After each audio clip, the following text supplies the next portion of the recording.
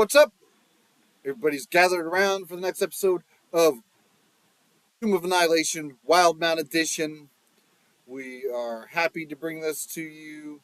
Of course, we usually have a little promo to throw at you to warm up with, but not today. DM got busy. Didn't ring one up.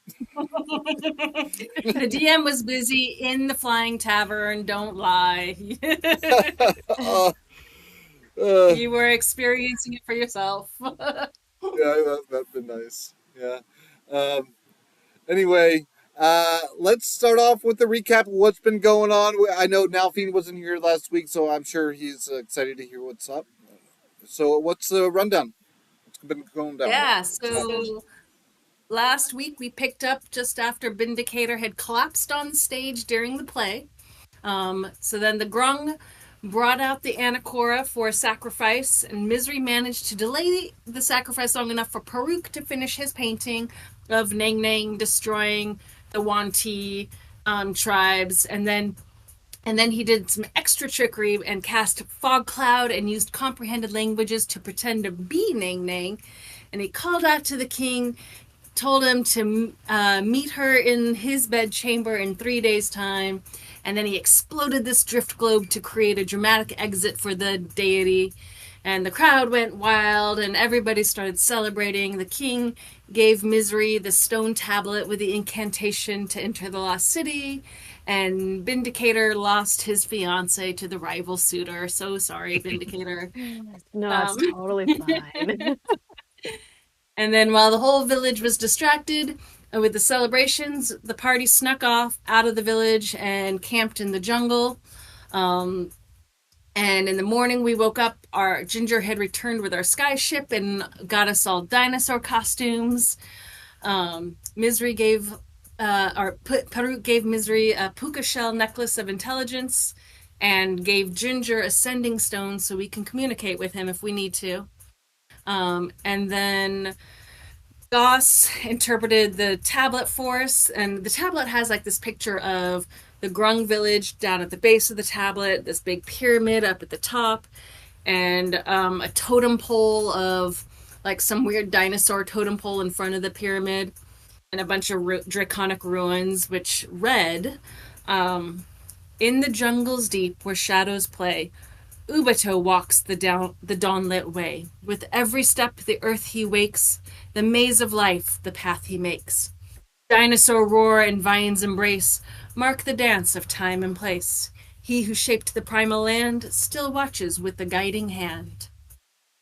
And so then we made our way to the base of the pyramid where we came across said totem pole, which turned out to be 3 goblins standing on each other wearing costumes.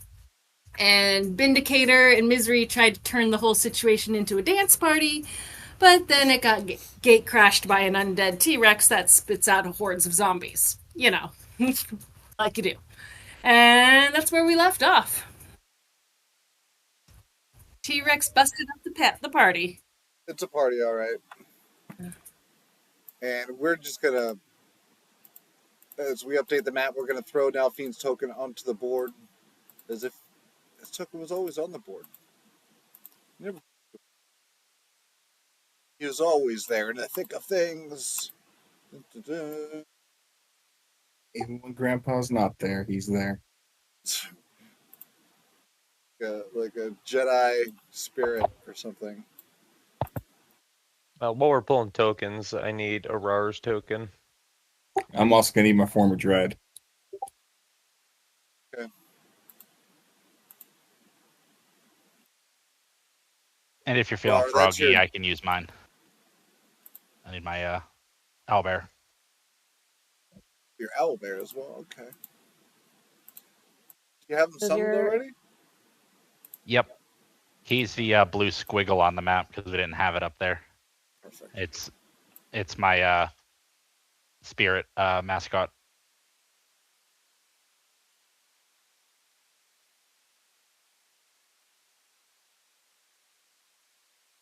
Bear coming right up.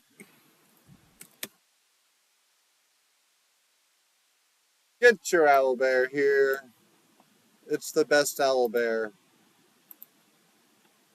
So gamey.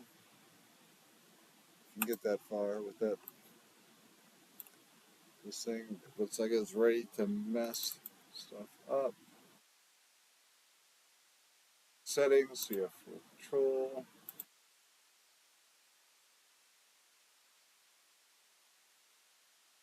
I need a RAR control too. I don't have control of a RAR. Farouk, try to control it owlbear when we need them. Check the settings on your little dude. Yep, I'm good with owlbear. He can be made small because it is. Oh, actually, let me double check that because it's a spirit guardian. I don't know the size on that. They would normally be the same size as their counterparts. Oh, okay.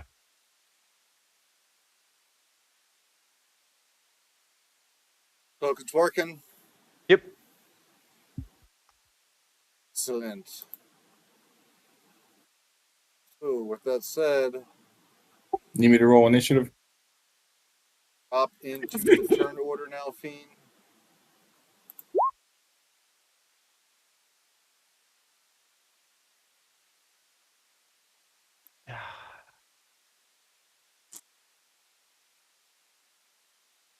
For the zombies. Slow as usual. These are not those fast. What was that? 28 days later zombies? Or was it? I don't know. Not the fast kind of zombies. They're the slow kind of zombies. You know what I Walking mean. Dead style. Yeah, they're.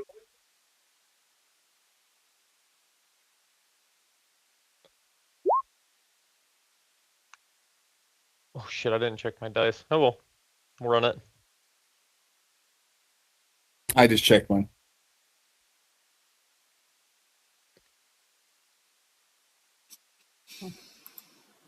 Okay, rolling the dice. T-Rex initiative. Big roll right here. This is an important one. Let's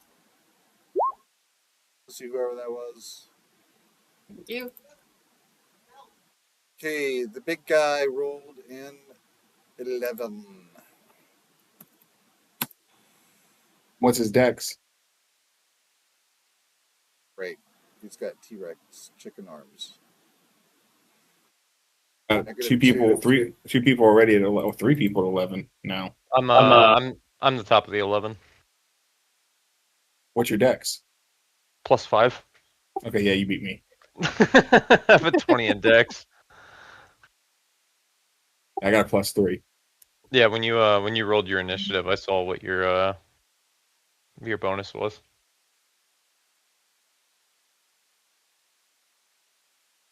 Oh man, I want to start things off with a roar, but I know it's pointless because it's not like anybody's gonna hear it. It needs to do it in a low voice. Make it a deep rumble from the chest. Well, maybe I'll just describe it like Stephen King would describe it or something instead. There is this massive, roaring monstrosity of of, of a scream that is this baritone, horrific nastiness that can obviously be heard for miles around you. And when the thing opens its nasty, toothy maw, many of you are so damn close, so uncomfortably close to this magnificent abomination of a thing that you can literally, if it didn't smell bad enough, a zombie T-Rex, a T-Rex sized zombie, when it opened its mouth and it started roaring into the wilds, I mean, it could be enough to sicken you. As much as it could freak you out and make you run away, it could also maybe make you turn and puke instead. So, Misery, you have the top of the round. This thing is way too close. Okay. For my first action with all of this crazy, I am gonna panic and cast Witch Bolt just right off the bat. Cast at the cash? T-Rex. That'd be Yep, cool. Cast Cash. That's cash. Casting Witch Bolt. Come on. That would be a 23 to hit. Okay, 23 will certainly land. Beautiful. So he takes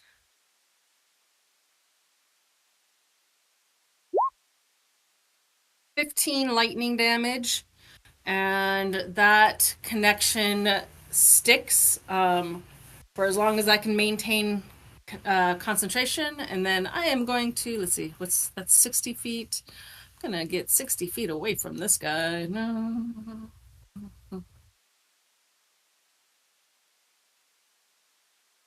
50. So yeah, I'm gonna move to here. And that is my turn. Okay, your witch bolt strikes true. The thing soaks it up like it didn't even feel it. Shit.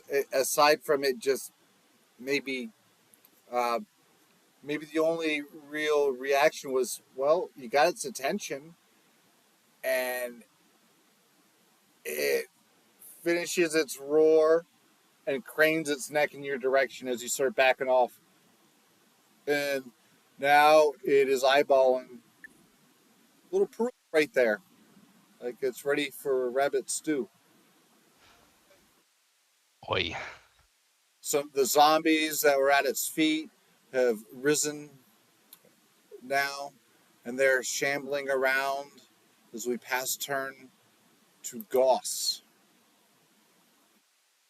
I'm going to cast my Hunter's Mark on the T-Rex. Where did that go? So I can mark that off. Yep. And pull up my short bow, and I'm going to shoot at the T-Rex from right where I'm standing.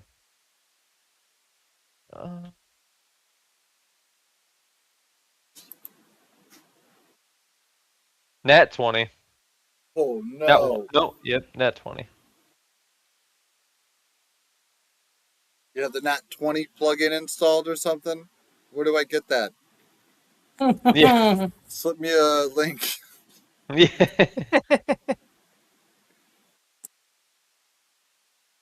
And also it is vexed now from being hit. So let me roll damage. 7. And also, since my Drake is right here, he's going to use his infused strikes, so it's going to be another 1d6 fire damage. So plus 5 to that. Total? Yep. Alright. So you thump home an arrow that goes way too deep into its soft, rotted flesh because it's just like so squishy. So the arrow goes, the entire shaft just sinks in as if you shot it into water, and then just the back end, with like the feathers are sticking out. It went so deep into the thing. T-Rex doesn't react any differently than it did with that witch bolt that it soaked up and absorbed. It's just takes a big stomping foot forward, waves its nasty head around. It's nearly shadowing over Peruk. It's so close.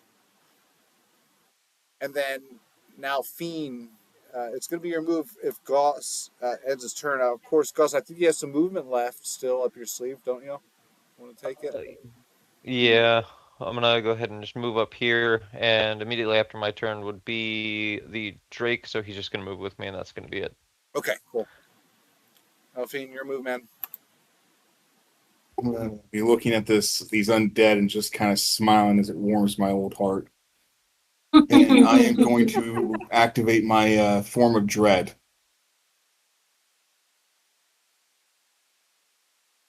Which gives me 13 additional hit points. Okay. He's standing next to you. He's like, whoa, dude, man. Don't bust that out on dates, Dad. Yeah, that's not a good strategy. And there you go. Dread form is up, and I am going to. Looks like they all have to funnel out of one hole. So I am going to cast Cloud of Daggers at second level, right on top of him, to get him and the zombie. Okay. And God, those were shit rolls. 8 slashing damage. Auto hits as long as they're in the area, like when they first. Yep, there's they're in no the save area. on it. There's no save, right? Okay, so give me some theatrics. What does that look like on impact? Here's. So instead of actually being like daggers swirling, it's just bone and sinew just spinning at high speed. Basically, just impaling anything with a sharpened bone. Gross. And some of the daggers get stuck in the back of the T-Rex's throat, and it starts coughing again, like it's coughing up a hairball.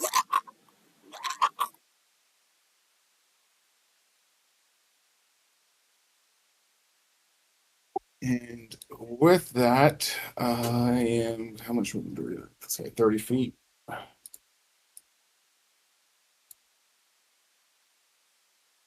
I'm going to move my happy ass back 30 feet.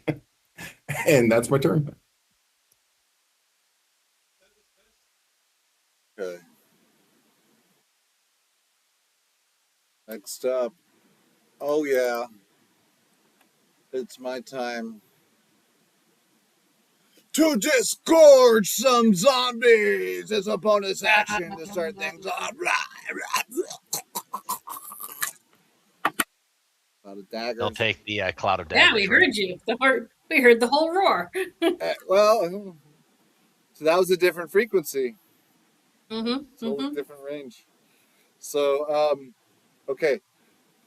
I only rolled a 1, so it pukes up one zombie. First, it coughs up like a leg, like a chicken bone, like a zombie leg, and then there comes the second leg, and there comes the whole hip, and finally it spits out this corpse that is like dripping in a mucus pouch or something. Ugh. And then, yeah.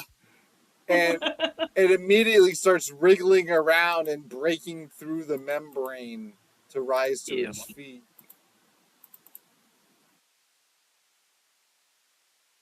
Nice. I hope you're hungry, because if you weren't, I'm sure you're hungry now.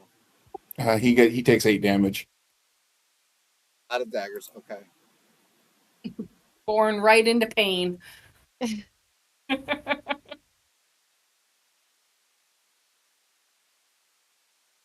Yeah, out of the frying pan and into the fire. Huh?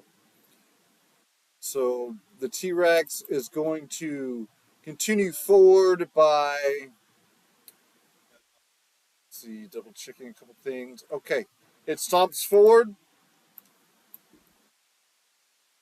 steps over these nasty little lesser undead, steps over both of them with 2 mighty stomps, and then, like a mighty hen plucking at feet on the ground, it goes, Rawr!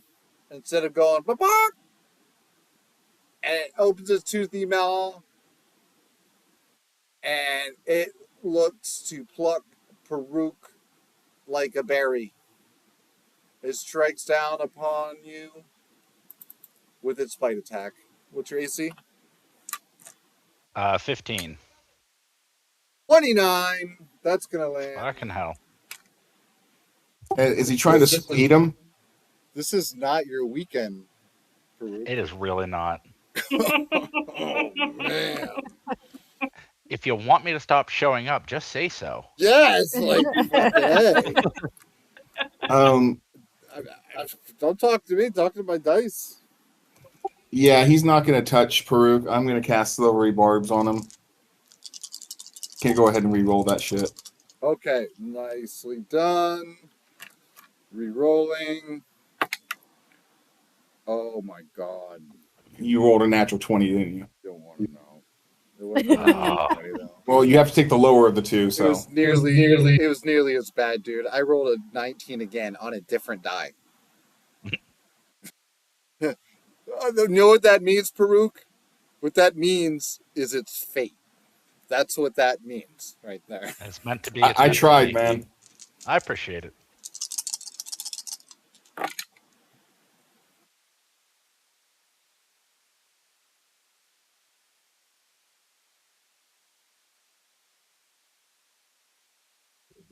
It's going to be 33 points of piercing Ooh. damage. And Fuck. you're ensnared in its toothy maw. Roll. Oof. Oh, there is I'm on no death grapple save. save. You are immediately grappled. You're rolling death saves already? I'm rolling death saves. Your jeez. corpse is being lifted off the ground. You're no longer wriggling around. You're limp in the T-Rex zombie's mouth. The rest of the party is probably aghast. Oh no! Farouk! If you die, You're I just will gonna raise be you. smart! Don't die! No, you can't because of the curse. That's the undead thing. Oh, right. He can't die. Oh, No, he yeah. can't be brought back. He can't come back. I'm not going to bring He him didn't say back anything. as I'm normal. gonna say, didn't say bring me back. Wait, usefully. hold on. Hold on a second. He's not dead yet. Oh, never mind. Never mind. I was thinking Vex did something different.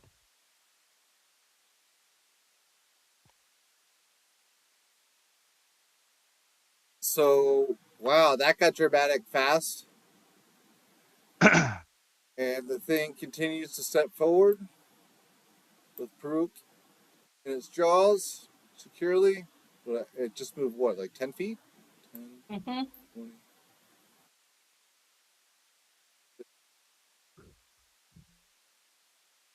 Stomps off in this direction. It's this epic slow motion scene that begins to set off the real conflict of the session. About 20 minutes in, the T-Rex zombie passes turn. Paruk, roll that death save. Oh god, that was so close to a 1. Oh, jeez, doesn't work. All right. I have a question. My mascot has this ability. Oh, that didn't. Yeah, there at the bottom. If your mascot is within 60 feet of you, you can teleport as an action. Oh, that'd have to be my action, not his action. To swap Makes places. sense. Yeah. All right. Well, then I guess my mascot's gonna roll up and take a swing.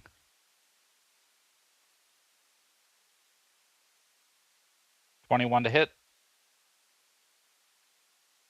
21 totally lands.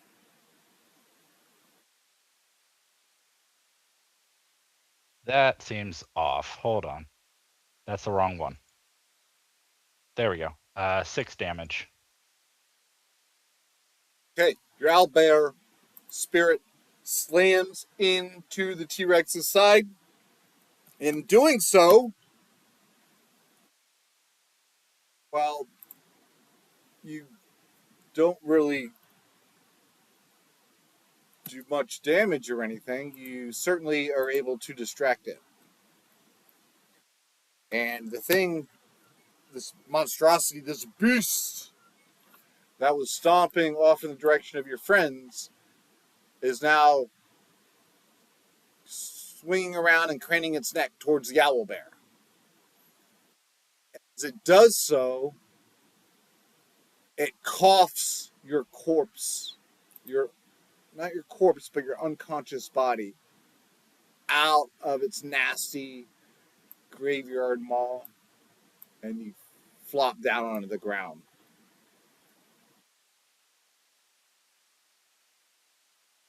The rest of the party, as you kind of roll towards their feet, you basically land at their feet, at least at Misery's feet. Mm-hmm. It's not looking good. He looks messed up, like it was an insta kill.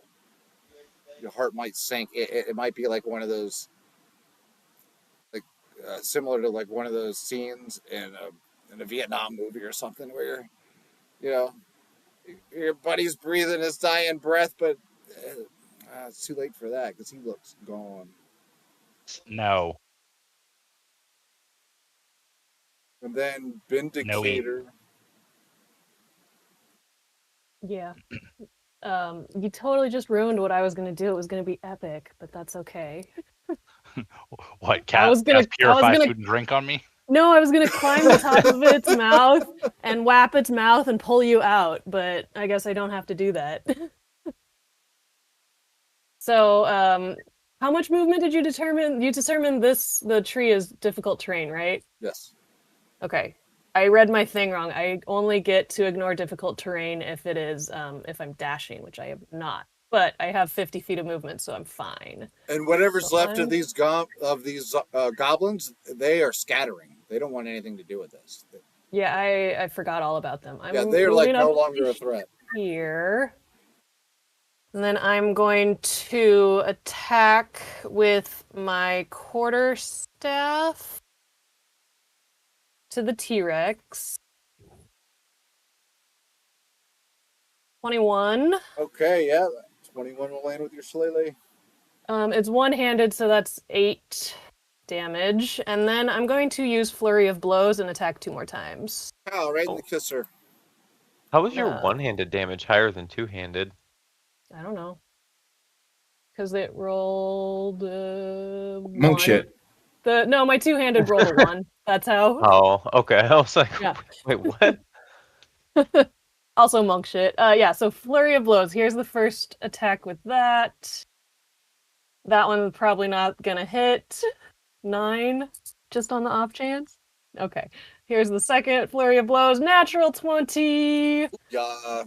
Yeah. Oh, come on. Rolled a 1 on my bonus die? That's full. 10 damage from that. And as monk shit with drunken technique, if I use Flurry of Blows, I gain the benefit of disengage. So I used, I think, 30, 40 feet to get here, and I get 10 more feet. So I have 30 feet of movement. I'm going to run over here. So maybe these zombies come after me. And that is my turn. Okay. That's passing turn to the goblins. They're hauling butt. Off into the foliage of the jungle they go. The last thing you hear is they crash into the jungle. I take a minute to wave at them and go, bye, friends! Cool dancing with you. Thank you. I hope we had a nice time. Zombies are moving in, though. Vindicator, you have a couple that are all too close for comfort. We're going to start with these. Yeah, I know. They're fast upon you. What's your AC? 16.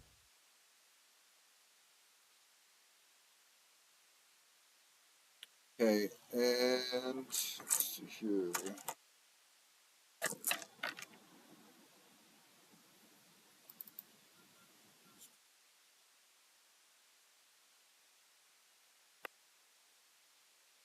Natural 1.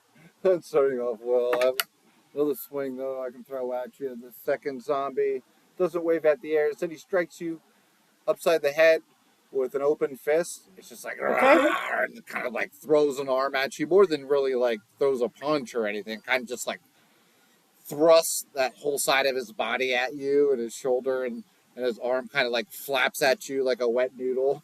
Yep, But it strikes you hard enough. I deflect that. What's the damage on that one? Really? Yeah, you do. Really?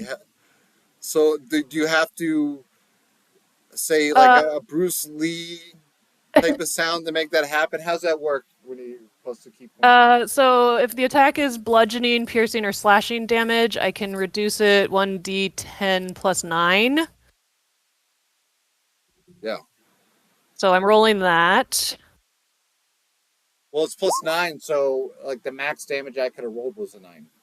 Okay, well then since it got it down to 0, I am using redirect attack. So your creature must succeed a dexterity saving throw of 11. Oh, no. Choose a creature you can see within if it was melee or a creature. Yeah. Yeah. So I'm just going to deflect it right back on Oh itself. no! I rolled a 3 minus 2. Yeah, that doesn't save. So that guy takes 12 damage You're like hitting him with his own with his hand. own Stop hand. hitting yourself! Stop Yeah, it! Why are you doing he that? comes to punch me and I just whap it and it hits him in his face. Gross. Slap that hand right back at itself. Okay, it's got a roll undead fortitude save, and you just beat it to death with its own appendage. Woo. Hell of a way to give an enemy peace. Yeah.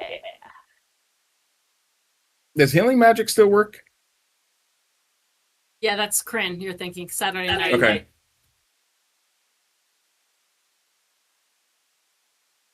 right? Yeah. Fair question. Yep. It's like, what night is it?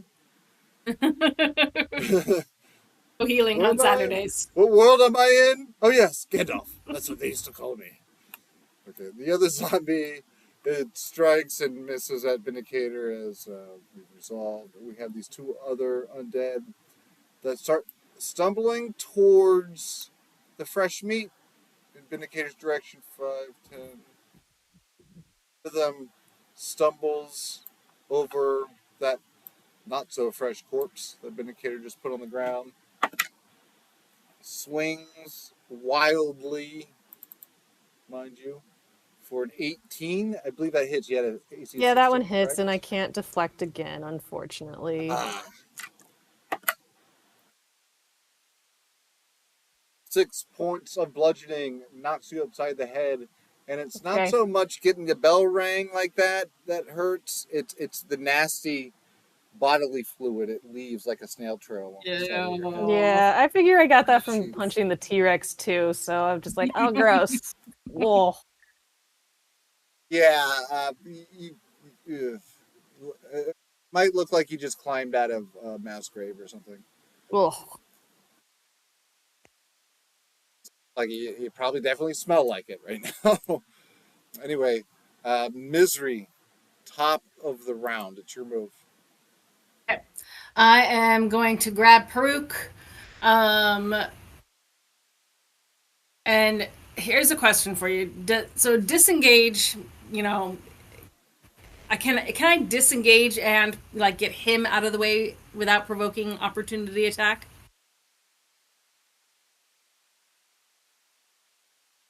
I mean, Well, Proof's you're not over 5 feet 100% away. on how its reach. It probably has reach if you get into that square. You know that it could strike at any moment, but it's fixated on the owlbear right now. Also, Okay. Karuk wouldn't be the one moving; he'd be forcefully moved. So it wouldn't That provoke doesn't. a top attack Okay. opportunity for Okay. the move. Okay, good, good, good. So then I'm going to grab Peruk and drag him back. I'm assuming it's going to put me at like half speed, right? Okay, so I'm going to drag him back, let's see, 10, 20, 30. I'm going to pull him, Peruk, you'll have to pull yourself. Yep, I'm going to pull him up into the tree line um, as my movement. And then as my bonus action, I will re-engage with the witch bolt. So this sea foam colored lightning just kind of just blasts out of me, and or it's still connected to the T-Rex. You just see it pulsate with another like blast going through at the T-Rex for another 7 lightning damage. And then I will use my that was a bonus action, and then I will use my action to blast him with some seafoam colored Eldritch Blast. And that will be a 20 to hit, dirty 20, and another. Come on, Dad. There, 3 force damage. And that is my Pretty good turn. there. 3.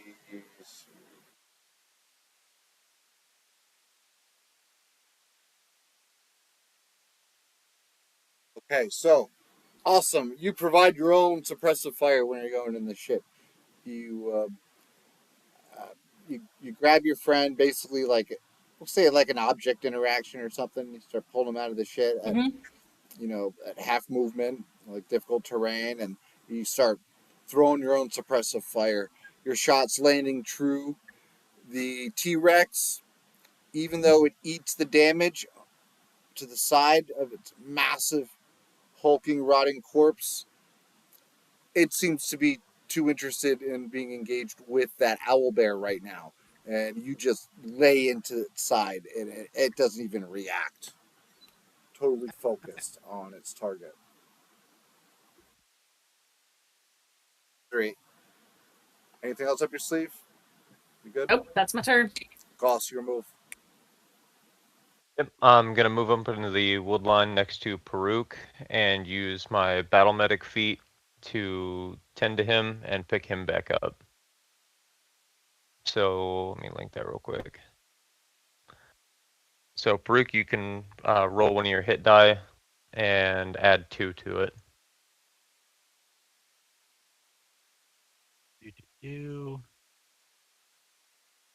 I'm not entirely certain how to roll one of my. I would just roll it, just a custom roll. Yeah, I gotta see what my hit die is. Wasn't that a D8?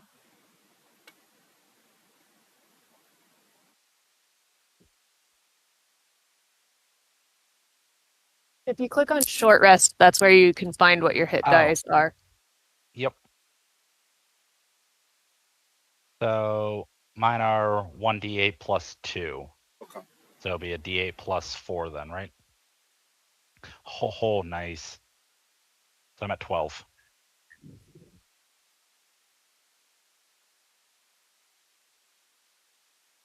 Yeah, sweet. That's do I have? Nope, that's all I got for now. So you wake up like look on your face like a deer in the headlights.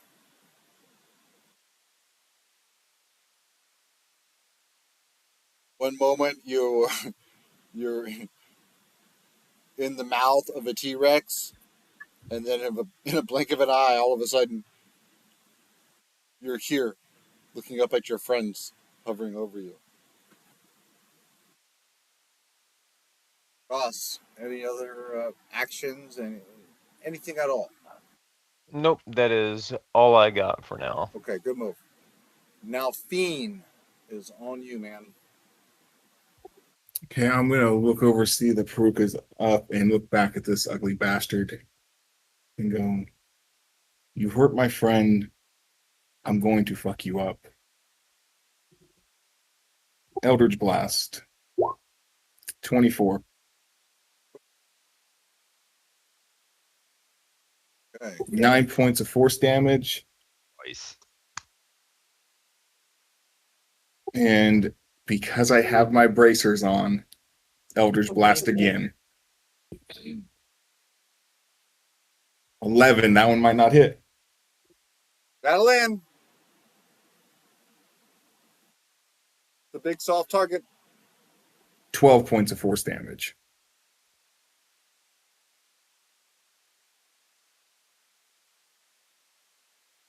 And you guys are just blasting away at this thing. And the side of this T-Rex looks like a side of like ground beef or something, rotted ground beef, as much as you've laid into it. And can the T Rex be frightened? Undead? Well, an Arcana check at an advantage.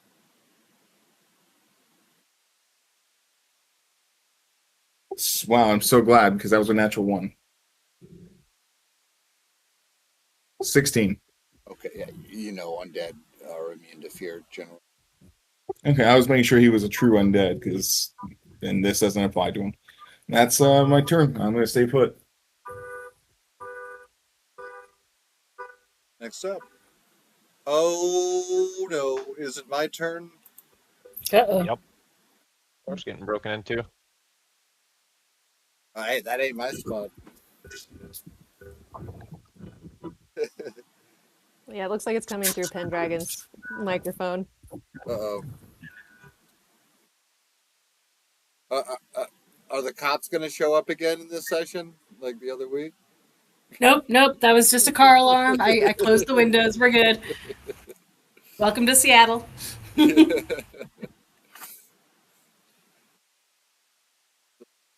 Is the T-Rex is still interested in the mighty bird bear, and it strikes out, and it strikes violently. AC of 14. Okay, the bite is going to land. Okay.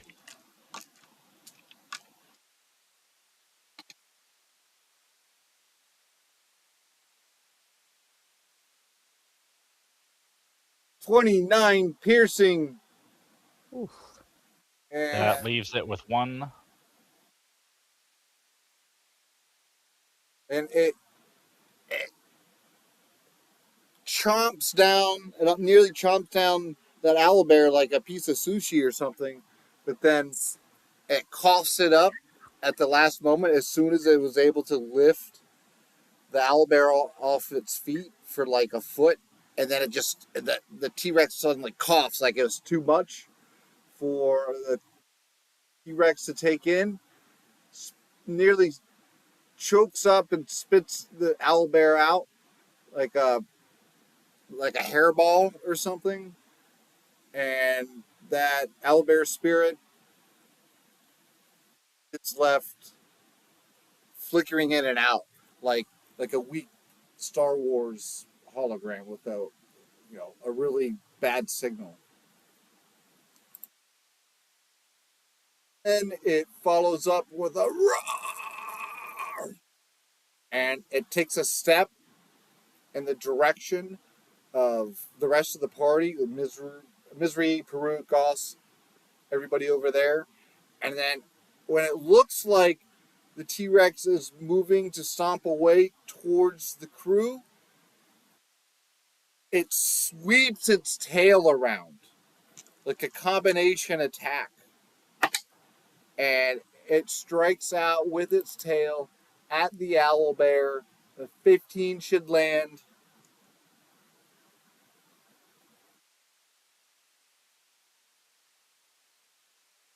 Thought Wait, his maybe AC it was won't. Maybe it won't. It was a 14, you said, or a 16? 13. Looks It's a like the owlbear is a 13. Oh, shoot. No, the owlbear is, but this takes the stat block of the spirit statue mascot, Yes, sir. which is a 14. Okay. So But tag go team. ahead. It'll explode. Yeah, look, it's 1 damage. So, I mean, I don't see what the point is of rolling and creating a dice pool. So, with that, it's a kill. And it And explodes into death spectral-like burst. tendrils. Dissipates. Yep, death burst. Yep, so it takes 6 damage from the death burst. So with that spectral blast, the T-Rex gets singed. It eats a little ethereal nastiness. It doesn't seem to give a crap. It is now focused on Misery, Peruk, and Goss. Off in the brush. It stomps forward.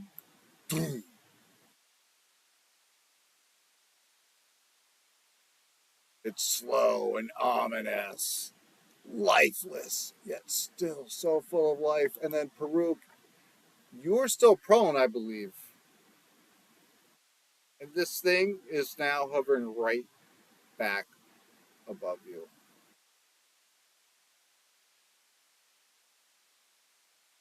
Ready?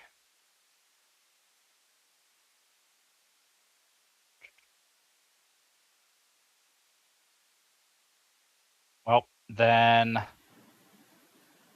I am going to use my. Oh, I never changed over. I still got the flamethrower cannon. Well, I guess we're gonna use my bonus action to flamethrower. It's a Dex 14 save on it. Fails. So it takes 8 fire damage.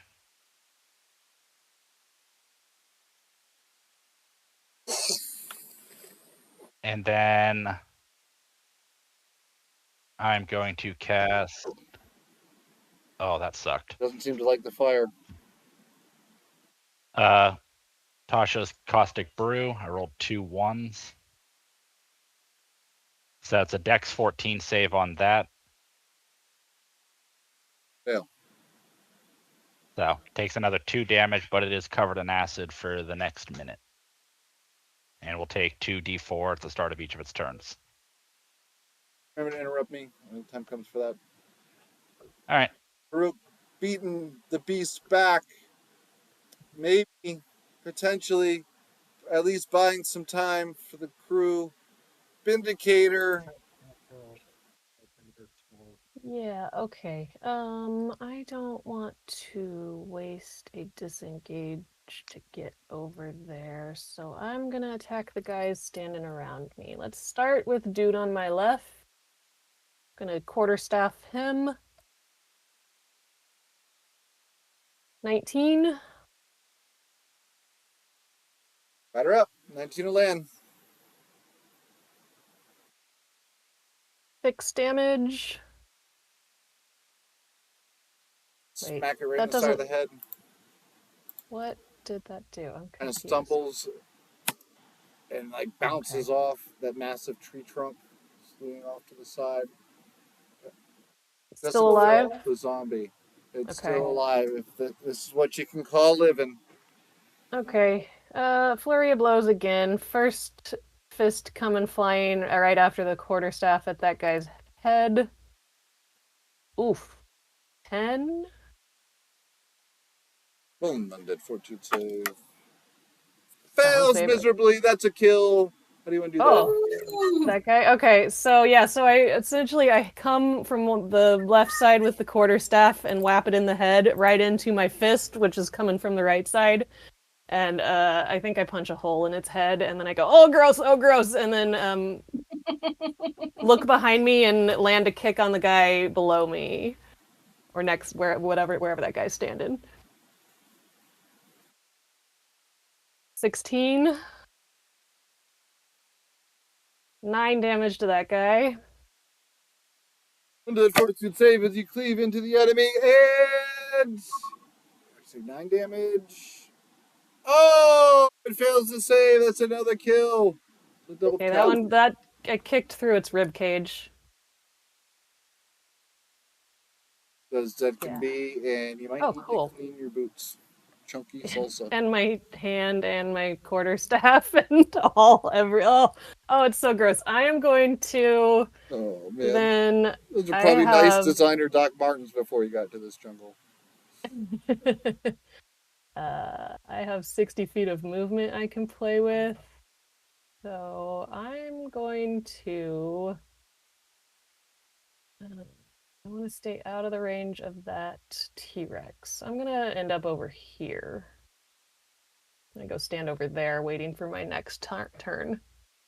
It's literally the same spot I was going for. Thanks. Here, there, you can go to that one. Are we playing musical squares now?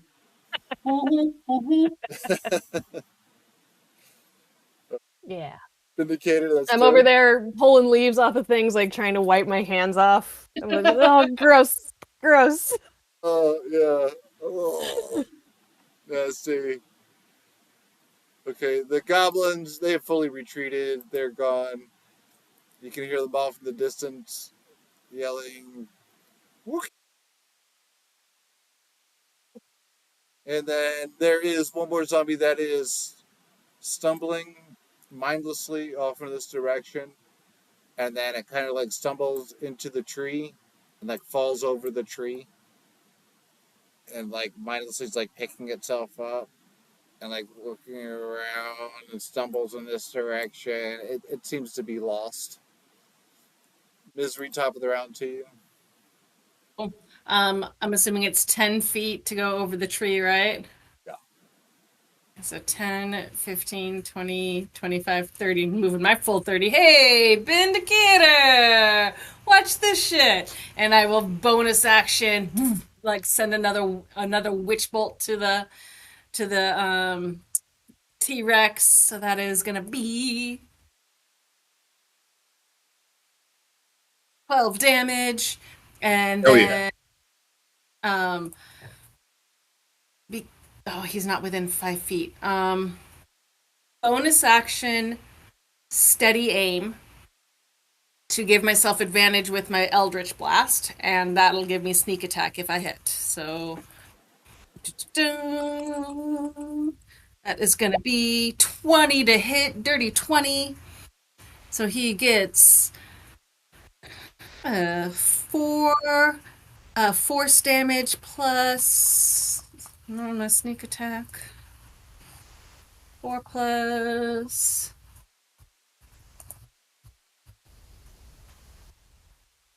another 8, so 12 force damage.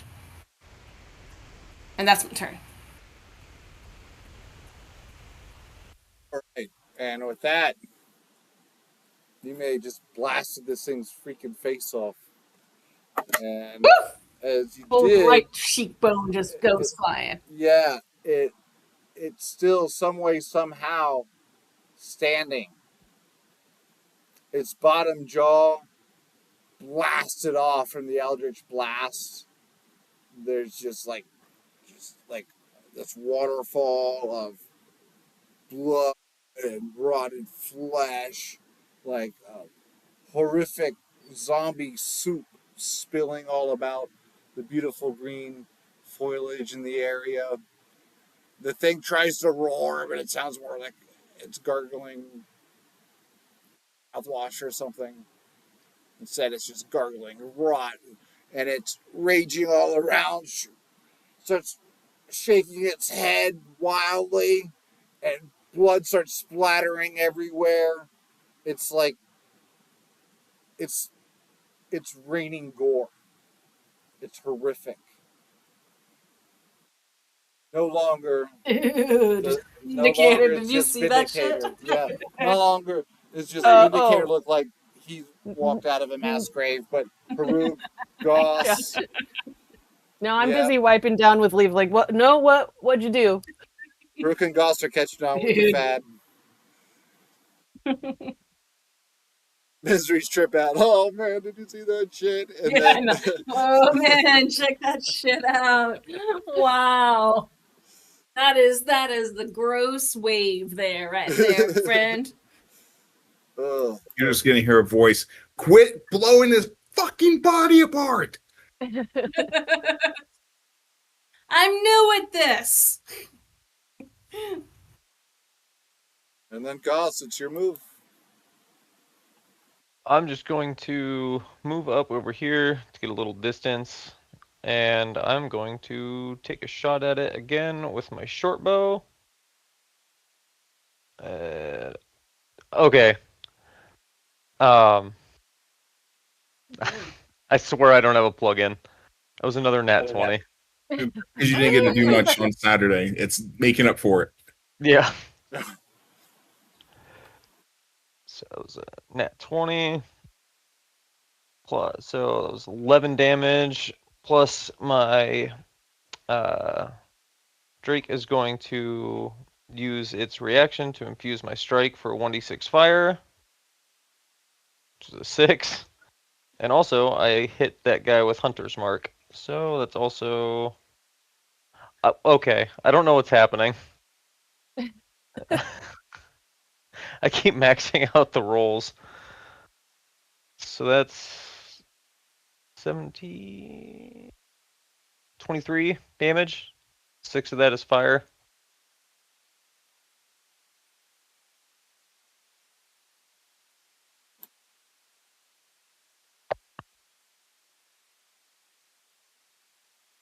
Okay, so you strike and you strike true, and this thing reels back,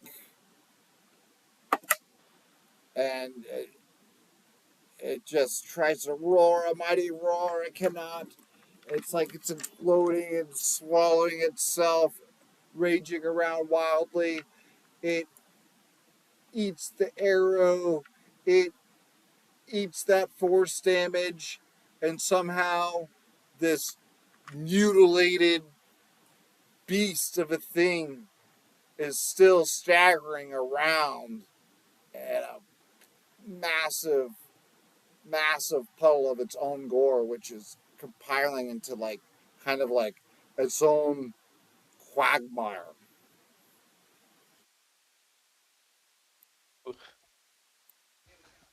And then Goss, you put That is all I some got. distance between yourself and that thing, and then now Fiend, it's your move. You're in your dread form nearby. Please kill it. Yeah, I'm going to Eldritch Blast him. I'm kind of pissed that he's not dying. Oh, sure. Yell at me for blowing him apart. He didn't blow his jaw off. That's 13 points of force damage. Ooh.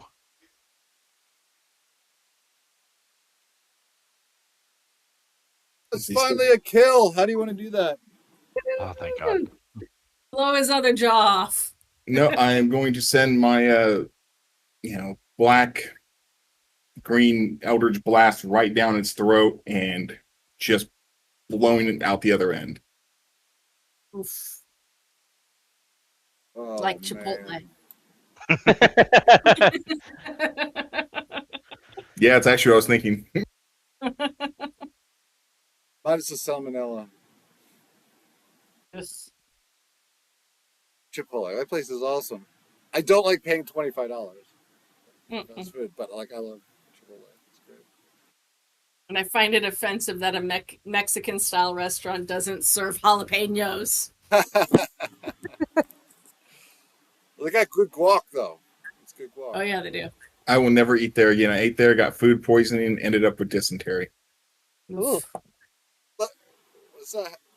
Oh man, that sucks. We had $30 to get sick, so yeah. Yeah. That's why I don't eat public subs anymore. I'm like, nope, I'm not gonna do it. That's why I don't order out anymore. I make everything in house.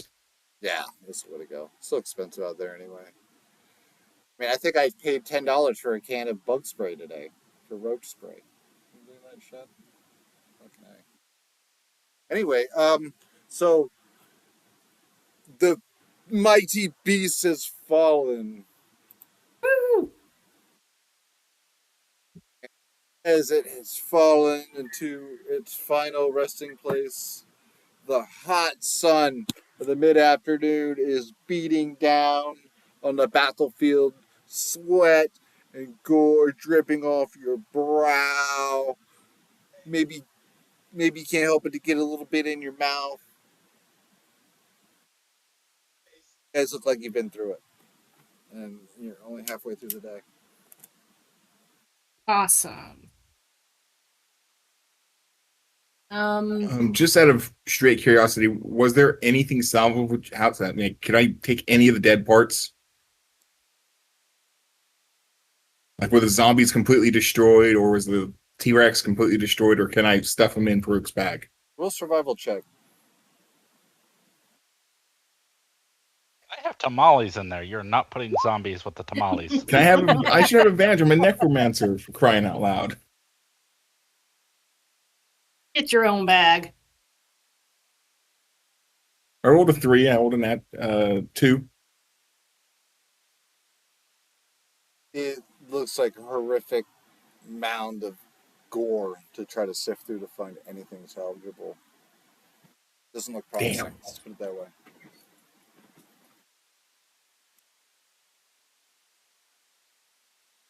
All right, I will drop my form of dread and walk over to Peruk and place my hand upon him and cast Healing Word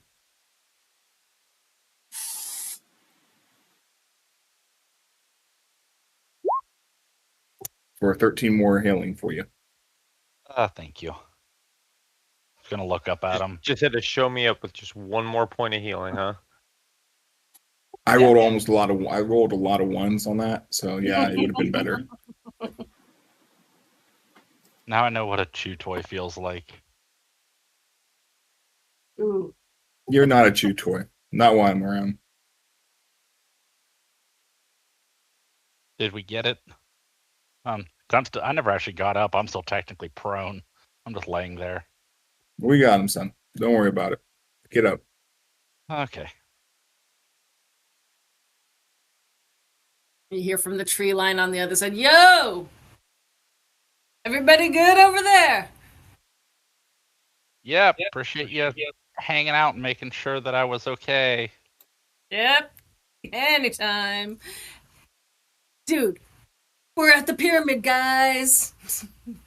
And I want to do a search around, like perception check. Do I see anything cool about the pyramid or the totem pole? Like, what catches my eye with a quick just sort of scan around the area? Okay, well, a quick scan, just passively looking over the area, you see 23. everything you've already seen before, but really giving it a good look. Well, the pyramid itself, it doesn't look rather large, completely overgrown with vines and everything. I mean, totally. The totem pole, however, it looks like the overgrowth has been stripped away. It's probably that totem's got to be maybe a good 10 feet tall or so, and it looks similar in nature to your recollection to the engraving on the tablet.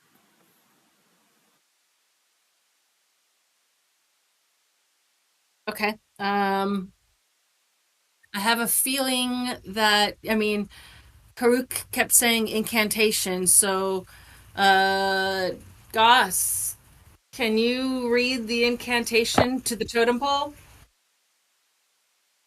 It's probably got to be in draconic, right? Yeah, Read it. I'm gonna recite the poem that we figured out, but in Draconic to the totem pole.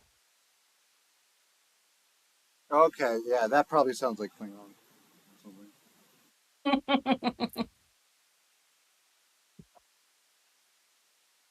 And just as you finish the last line, done so well that, well, something amazing happens. The jungle beyond this area you were at before this small pyramid, the jungle parts like the Red Sea. It's as if it all just clears away in fast forward time lapse motion. It all just shrivels and dies. And as the jungle parts, it parts to reveal a dead city enclosed by sheer cliffs. Ruined buildings and stone boulevards rise like ghosts from the floor of the misty basin. Colorful birds glide overhead. There's this waterfall that pours into the basin, creating a swollen river that floods much of the city before draining into a deep rift filled with molten lava. A ruined palace lies a few hundred feet from the edge of the steaming abyss.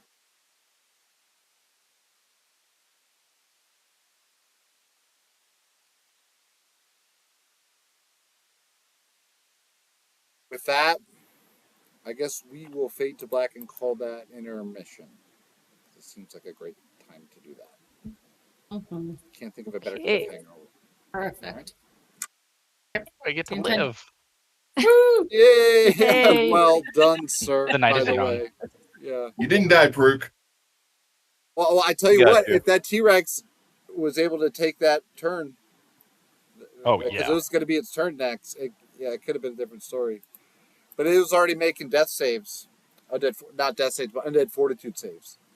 And I still had another Eldritch Blast up my sleeve. Yeah, so it got smashed and it finally failed on undead fortitude save. So yeah, you finally lucked out. So that was good. All right, see y'all in like 10. All right. Go. Yep. Yeah. Okay, we're good. Stop laughing. Okay, so woo. Oh. So the jungle has parted to reveal the dead city enclosed by those sheer cliffs and ruined buildings and stone boulevards rising like ghosts from the floor. The misty basin and colorful birds glide overhead. It is magnificent. Updating the map. Now, from your That's beautiful. position here at Whoa. the southwest corner, Mhm. everything, you see those steps? Those steps are before you now, just beyond the small pyramid and the totem. So, with the city spilling out before you in that valley basin, you would probably see rather intricately just the first area of the map, like up to that massive steaming lava pit off in the distance, and beyond that, it's just a curtain of steam, that so you can only see spots like of the city beyond stretching out like infinitely. It's just a grave.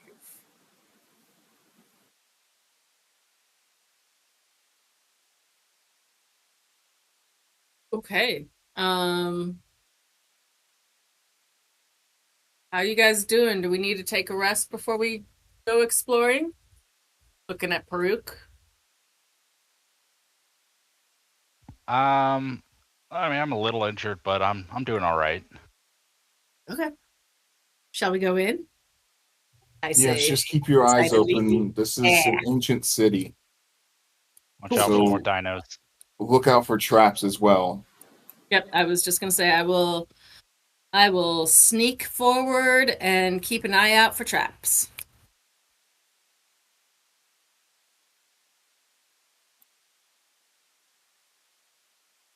So, are you doing the scouting and putting some distance between yourself and the party? Or... Yeah, I would like to be about 15 feet ahead. Okay. Okay. With that said, roll a stealth check. Oops, sorry, that was thieves' tools. Ignore that. Stealth is. Oh, please, can we take the first one? Nat 1. I tripped going down the stairs. Yeah, that's the thing about stealth. You usually don't know you fail until it's too late, unless you roll a 1. Unless it's it's a 1. Yeah, I tripped and fell down the stairs. And dice jail. So, yeah, it looks like that's the situation. So, roll a dex save. You're not even giving me time to change dice. Okay. Dex save is Those dice are another going to nat jail. 1. They're going Another nat 1. it's life in prison. And she's back, ladies and gentlemen. Do not pass go. Yeah, seeing this, I'm gonna run down to my granddaughter. I'm good. I totally meant to do that. Just showing off my skills as I hold my head. Ouch. I What, hope skills you how to weren't too bust your attached face? to those dice. Hmm? So I hope you weren't too attached to those dice. You just put in dice jail. No, I've actually never rolled with these dice. They were the only ones that rolled decently before the game, and they were lying to me. It was a trick. Which It'll ones never were they? play again. Which ones were Find out they? which So ones, I know not to buy Those them. were the clockwork dice. The clockwork ones? Okay. Yep. Yeah, forget that. Yep, Find they're out gone which ones forever. Goss is using. Use those ones. The dice of planar summoning. Oh yeah, I don't those have sound good. those. I've got Modron dice. Modron dice are cool. I'm going back to my thaumaturge. Those are classic for me. All right, I need you to roll a d6 for bludgeoning damage as you tumble down the steps. Now that I've gotten my good dice out, you couldn't do that while I was rolling the nat ones. 3. D&D, it's a mind game.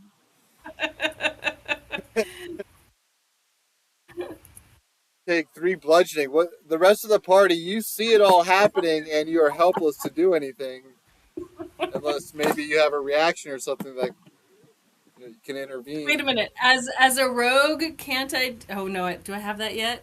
I don't have that feature yet, where I like uncanny dodge. Dodge the ground. Dodge this. Yeah, no, Dodge I don't even have gravity. it yet. Never mind. Carry this, you chiefly casual. Rude. Yeah, it's rough. Yeah, I shake it off and I stand up and I'm like, yeah, that was pretty slick, right, guys? Not to do that. Meant to do that. That was almost as impressive as Peruk being eaten. Hey, yeah, he's gonna get some, bragging rights with that one. Yeah, the only difference is he could recover from it. Yeah, whatever. I'll kill something and get my cool back. You look over at Peruk and realize for the first time he's missing a big chunk out of his right ear. Oh, buddy. That'll Cool, go back, we can right? pierce it. We're gonna give you earrings. I mean, you seem to hear fine. You don't even realize it until maybe somebody mentions earrings, like teasing you, and then like maybe you feel your ear because there's a cold wind, and then you're like, "What the?" You feel something's not right.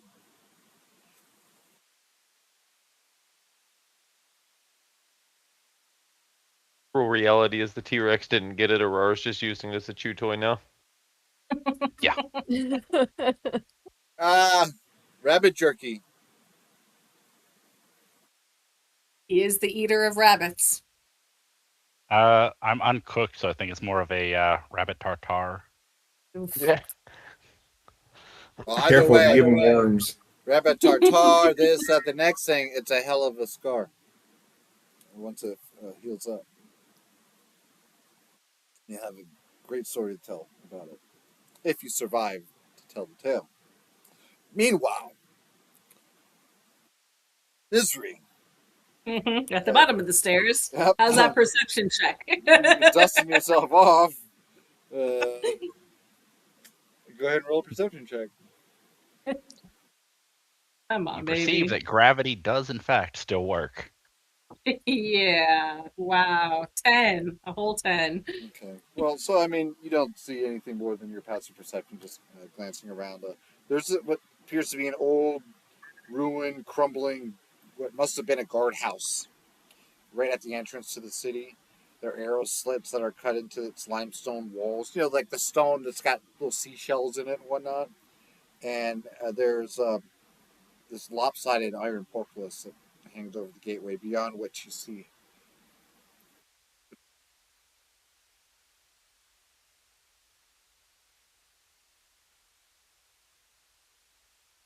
Can you bring the map back? Is there a reason it went away? Bring it up for you. No problem.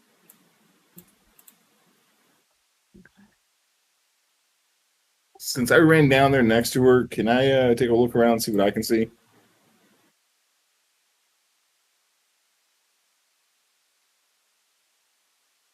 Of course.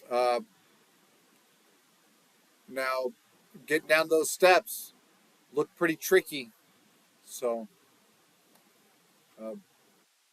everything is just so it seems so just undisturbed. You know, like, and it's also speaking of maybe a little paranoia, like maybe like an intrusive thought in your mind might make you feel like this could be a great place for an ambush.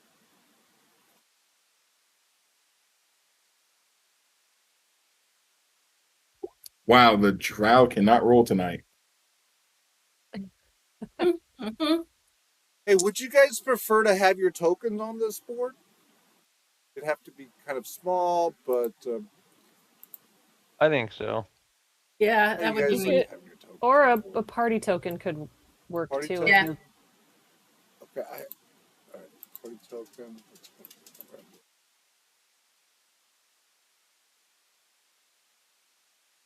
um Vindicator would like to jump down the stairs to join them down at the bottom.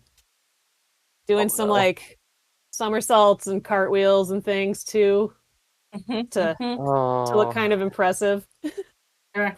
Because I beat you at last week's leaping games. No, that had nothing to do with it. I just Mhm. wanted to do some cool shit. I rolled a 13. Oh, we are hot tonight, gang.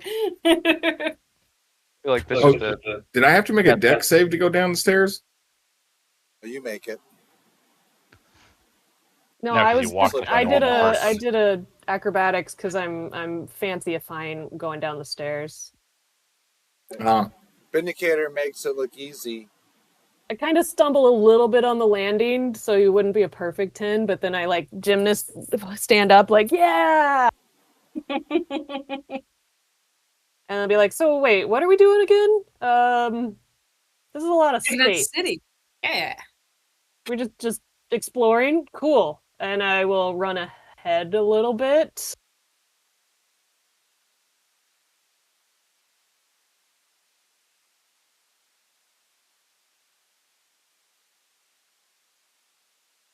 Far ahead. You want to skip Oh, ahead of misery? if in front of misery, you said there's a wall. I'll essentially run up to whatever that wall is. Okay, that particular structure that looks like a Yeah, guardhouse. yeah. Not being careful at all. I'm just Yeah, running you straight towards it. yeah you see that it's got like a portcullis, but portcullis is all lopsided, leaning off to the side, and you can easily see within much of the interior is collapsed into rubble, and there are bugs and insects that cling to the walls. The high grasses that sprout between flagstones. This is amid evidence of a long dead campfire or two. Yeah. And I'll one of the walls, which is really interesting, though, probably like the first thing that catches your eye, to mention last but not least, that one of the walls is covered with graffiti. And some of the words are painted, others are etched. Oh, cool. Artwork.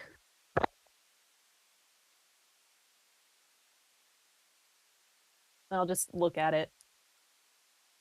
Oh, yeah, it's the graffiti is all written in common. It's cryptic, to say the least. It says all types of stuff.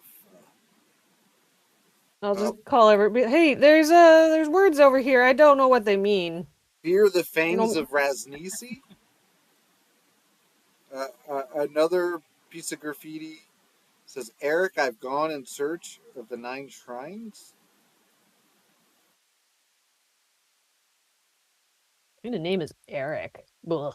Yeah, So why don't you boring. just call yourself Bob when you're playing D&D?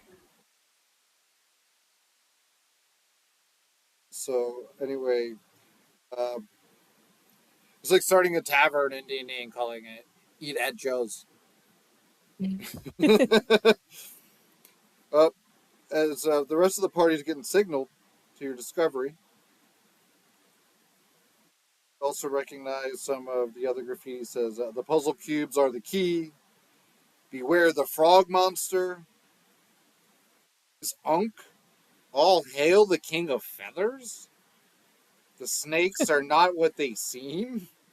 These are Kupazon. amazing. Kupazon equals bravery. Shigambi equals wisdom. Moa equals question mark.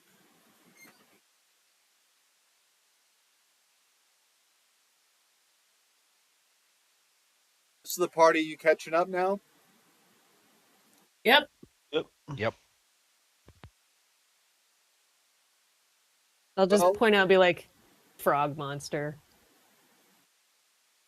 Eric Hey, we nerd. can find you That would another be amazing. husband. That's Nang Nang. No. I will stop off and pout.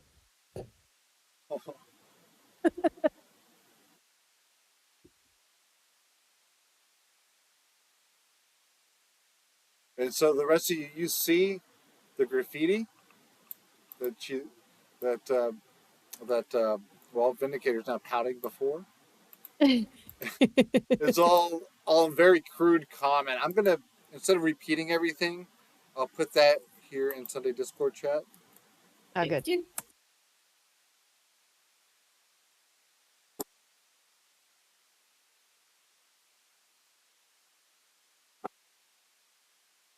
I'll grab another beer while you're looking that over. You get the feeling some of these are going to be valid later. Yeah. The snakes are not what they seem. What does that even mean? You have clearly not watched Twin Peaks.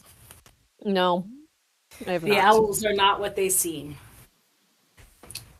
The owls in Twin Peaks inhabited are the evil spirits inhabited the owls. Ah.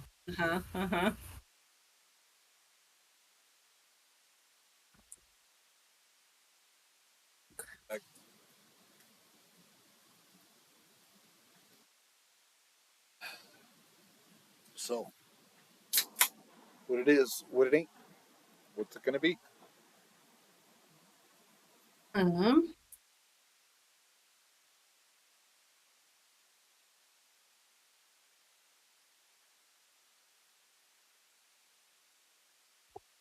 Should we rest here before we push on? Probably not a bad idea. I mean, it's still early morning, Sure. isn't it? Mid-afternoon, actually, high sun. High sun. It is like noontime. You parted ways with the Dungrunglan area in the morning. You disembarked searching for this area, and after the whole mess that you dealt with, discovering the city, it is now midday. So it's high sun, and you're feeling it. You're really feeling that muggy atmosphere. It's almost too much to take. Yeah, I could use a lunch break. Yeah, short rest. That'll give me time to recast my Find Familiar. Okay, cool. I'm not talking like a full long rest, just a short rest break. Short Yeah. rest. Do it. Short rest.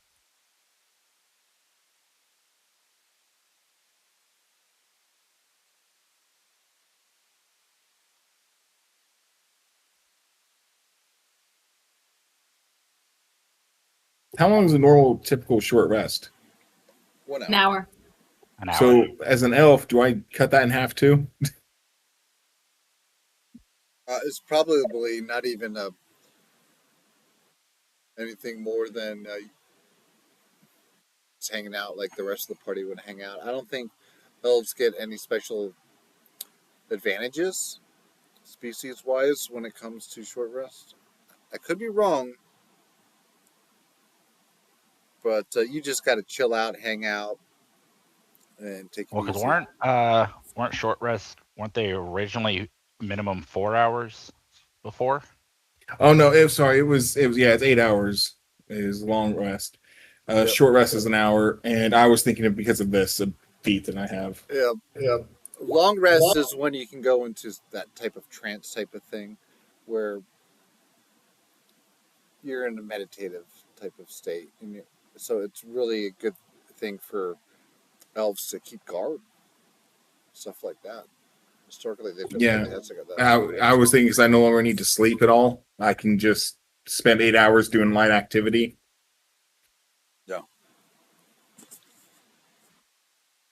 Yeah, So that's where I got confused at. Sorry. Yeah, because it's like they can still. It's kind of like elves can sort of sleep in, I guess in theory sleep, but it's a trance, and they don't have to doff their armor to do that. So when If I they're remember right, taking- trance, you retain consciousness too. yeah, they retain consciousness. So like if the camp gets attacked or something, they're perfect because I mean, everybody else got to take off their armor and rest. Well, you can just have the elf hang out there, chill out, meditate, be one with the earth. Maybe attuned to a magic item or something, and then if he's caught out of the blue, it's not like he's going to be caught typically flat-footed without his armor in his sleeping role in the middle of the woods. That's how Yeah, elves yeah. get caught. They don't get caught slipping like that. No, I knew all that. The reason I was asking was because of the aspect of the moon that I have. Mm-hmm. It doesn't require me to sleep anymore. Yeah. That's why I was asking, but it does nothing to do with short rests. I misread that. Short rest doesn't sleep in. It's just hanging out. So like when you're short resting, you're just taking it easy. You're just chilling for an hour. It's like think of it as like a lunch break or like a 1 hour smoking circle. You're just chilling. So like when you're chilling like that, can do things like because you're not sleeping. You can attune to a magic item, for instance, because you got an hour and it takes an hour to attune, and so you can actually short rest and attune to an item. Right. I know we went off in a few different areas of the tangent, but why don't we get back to it, shall we?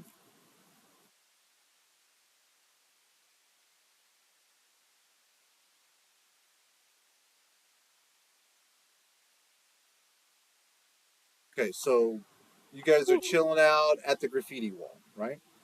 Yeah. Mhm. The lost city of Omu, the city of gold's graffiti wall, right when you show up. Now we don't actually have a map of all of this, right? You don't. This gives you an idea of the grandeur of it. What you see from your perspective, you get a better perspective when you're atop the stairs, looking down into the valley basin. But what you actually would see, and even worse now that your elevation is different and lowered, nothing really past that lava pit because of all the steam rising from the waterfall. It creates like this big curtain that blocks off the back part of the city, like the back 2/3. However, with the winds and the atmosphere, once in a while, you can see if you were to look off into the horizon, you can see the distant parts of the city and just how deep it could be. Kind of like, you see the details, like stars. They kind of break through the steam rising from the lava pit, like stars might appear in the void, like holes, punched through a blacklit canopy with a light behind it. So you get an idea of the grandeur of it all. That's for certain. But no, you definitely don't see the detail beyond the lava pit.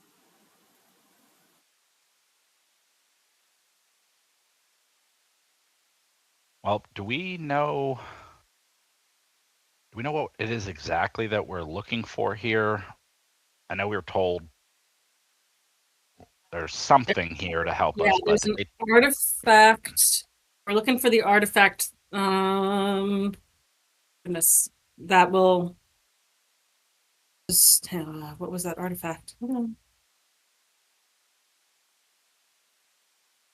It's the one that's causing people to not be able to be resurrected. Mm-hmm. yeah, but I meant more detail. Like, do we know that we're looking for a magic feather, a golden mask, a big rock? Like, I don't think we have a description of it. Okay, so look for magic stuff, throw it in the lava. Got it. Mm-hmm. Keep throwing my shit in the lava.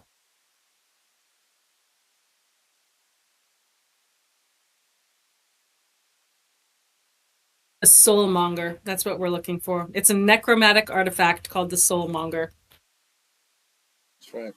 And who knows All what right. that is? Like, is it something you can just fit in your backpack? Something you can maybe Well, at fit in your least coin we purse? know the school of magic. If it's narrow it down to necromantic. Who knows? Maybe it's the size of a house. What is the soulmonger other than it's just allegedly some cursed, So artificer, cursed, lich, evil bullshit crap that's It's causing all Nelphine. this? Throw him in Who the knows? lava. It that's could be actually what I was anything. about It to could be ask. you. Look to the left. Look to the right. It could be the soulmonger. Could be either the person standing next to you. Mm-hmm. With You know what my I'm saying, age anyway. and the fact that I spent a lot of my time as a necromancer, would I have heard anything about this, like even in passing? Like not exactly what it is, but just rumors of it, basically. Oh Anything no, that not you'd be until capable of doing that. recently. No, not until recently. Uh, Even if you rolled a natural 20 on your check for history, there's no way you would have heard about it. So this is a new thing. Yeah, it'd have to be. I'm 400 something years old. Unless this thing is a couple thousand. It could be very old and just inactive until somebody. Yeah, somebody activated it. Can we tell how old this city is? Oh, it's ancient. It's like kind of like if you were to walk through the avenues of ancient Greece Okay. and all the buildings, and maybe the town, like everybody just disappeared thousands of years ago, and the town was just That left was there, untouched all that time for the jungle to grow about it. okay. If you guys are interested, I would like to try to find a way forward. So we're in here. I want to go out and kind of take a peek around the edges. I see this cliff face. Can I find an easy way down? Yeah, there are some You- steps that aren't so grand. If you were to go ahead and flank that guardhouse, Mhm. just they don't have this big, wide, intricate detail. It's kind of a bottleneck of a set of steps that are honed into the cliff face themselves. That utilizing the stone in the escarpment instead of like where that limestone back at that grand stairway that you entered the city by. That looked like it was brought in from another area. That wasn't naturally honed into the escarpment. So you would see beyond that, looking past the stairway, a, a lower area you have higher ground on, a bunch of ruined buildings, palm trees. Everything is overgrown, large underbrush, insects buzzing around, birds fluttering around in the trees, and just a sea of ruined buildings beyond that. I'm going to move forward, hoping that everybody else is following with me. If you aren't, call me back. Yep, I'm right with Misery. Moving forward. Yep. Yep. Yeah, same.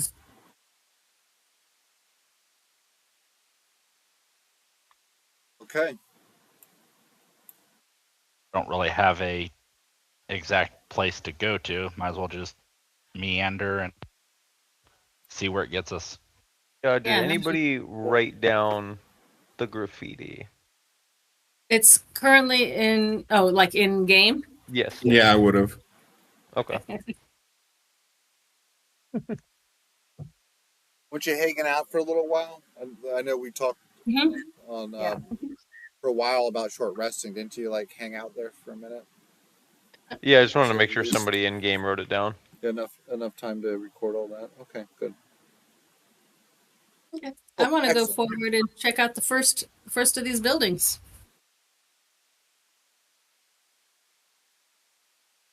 Oh, ruin and rubble. Yeah, a big cluster of them, all overgrown. The rooftops all long caved in.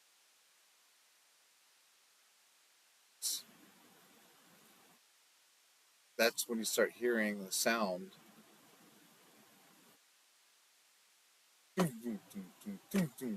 Like drums. Drums in the distance. Drums. Maybe it's a drum circle. Do not, do not. There are deadheads here?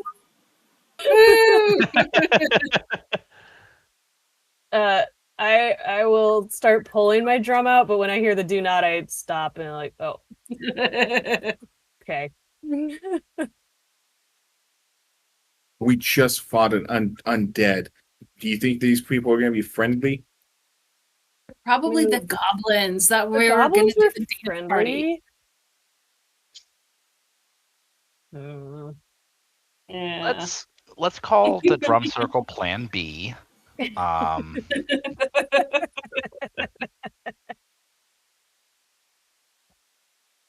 Yeah, we might be here to destroy their god.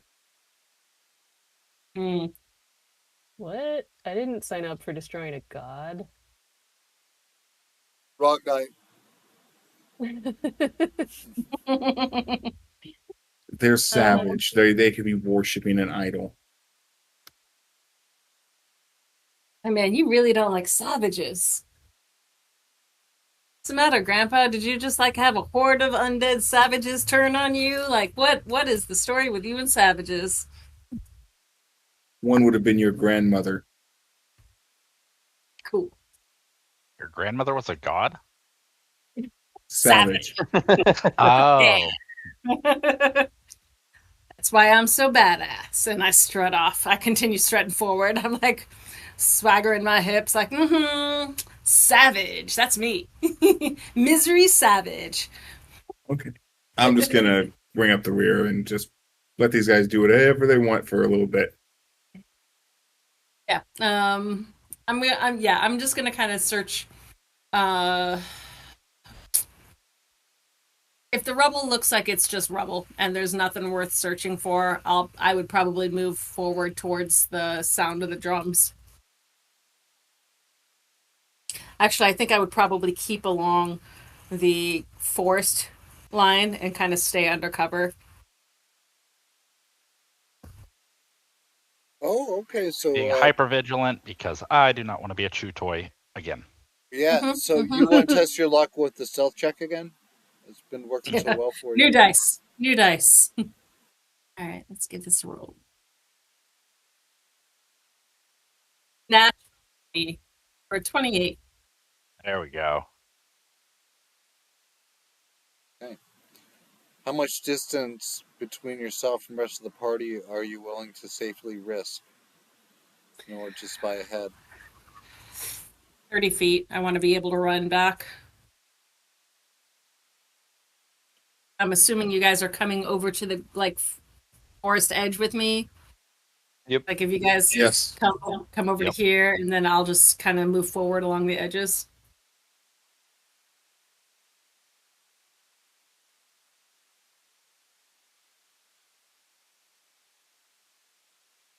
Spy around the corner, looking off down this overgrown boulevard. Mm-hmm. Just an overgrown dead city, and the sound of drums reverberating nearly from every direction. It's like there's so much here for the sound to bounce off of. It's hard to tell here once you turn that corner and you're more towards the thick of the city. It's hard to tell which direction it's coming from. As a matter of fact, sometimes the drums sound like they're coming from behind you, back towards your friends. Bouncing off the cliff. Okay. You're intelligent I enough waved not to know that. Said you're intelligent enough now to know that. Thanks for that. Yeah, so I will just sort of wave everybody forward and keep in. Question: this. Hang on, let me use the um, ruler. This tree line here, is this all cliff face on this side, like it is over Yes, here, or correct. Mm-hmm. it is? Okay, so if we stayed up here in the grass, then we would have to go down a cliff to get there. Okay. Um,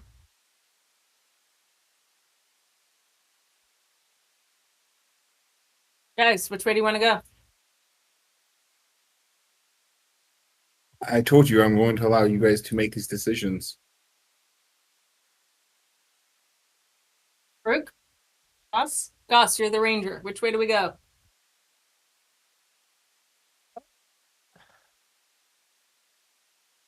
For safety's sake, I'd say let's keep to the tree line so we at least have, or that's a cliff. Never mind.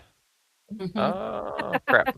Keep to the cliff. No. Yeah, that's not good. Cliff bad. Cliff very bad at bottom.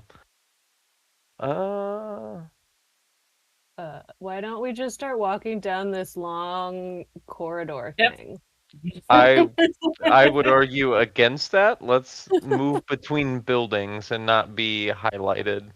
Okay. Cool. Oh, Because at least that wall will be a divider for us from everything on the other side.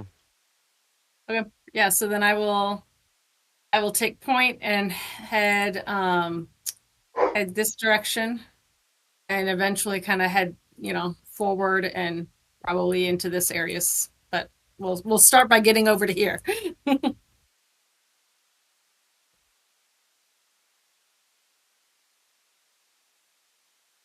For me again, where you're targeting. Okay.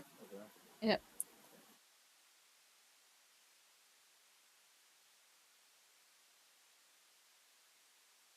And with that, you're approaching what looks like a mighty raised boulevard. It's like a huge raised stone slab, like a raised foundation that runs like a circuit of a road that steps have to lead up to get on that road. A major artery that leads seemingly I think you're looking at the far off wrong to the one. north of the city. No, we're not. We're not going towards the big main highway. And upon We're over. approach there, upon approach there are a couple of like little, you could probably think of them as overgrown alleyways or something Mhm, in mhm, between structures. mhm. And so obviously the main avenue, it's quite interesting and it could steal your attention. But some of these avenues, these alleyways off to the side, they're all overgrown. Might you might feel extra cautious upon approaching because it looks like anything wild could just leap from the jungle from there. And that's when off down the way, far off, I've got to say,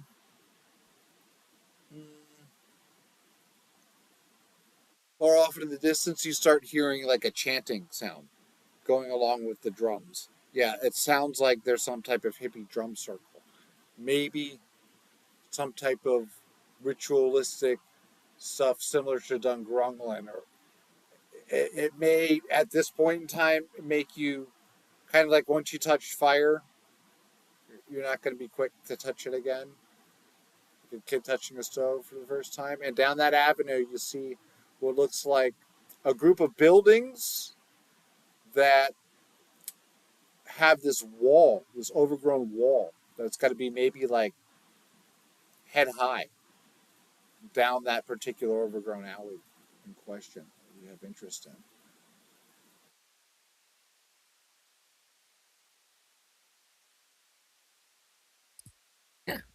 I will continue forward down the overgrown alley. Right.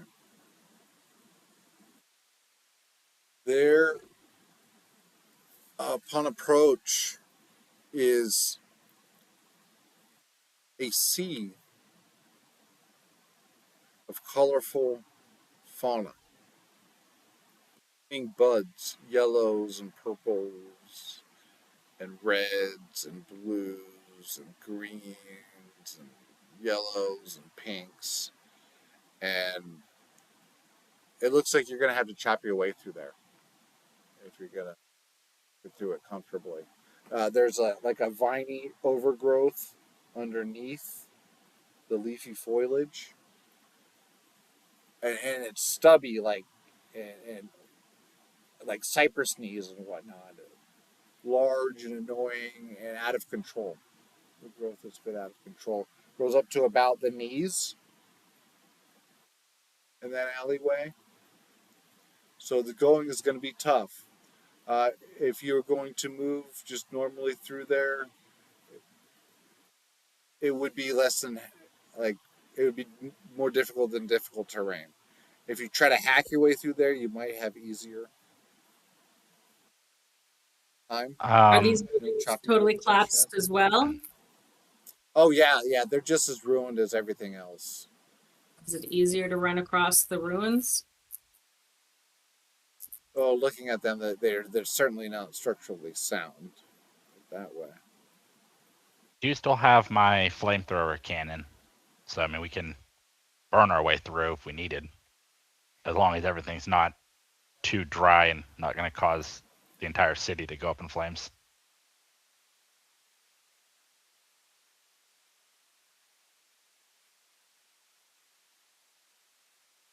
I don't have a flamethrower cannon. Who are you talking to?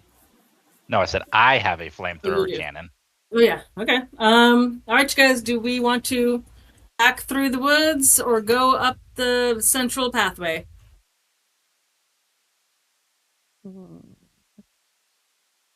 I'm inclined to say central pathway, but that's just laziness. And that central pathway looks overgrown as well. Just maybe at this distance, you see that doesn't look quite as overgrown.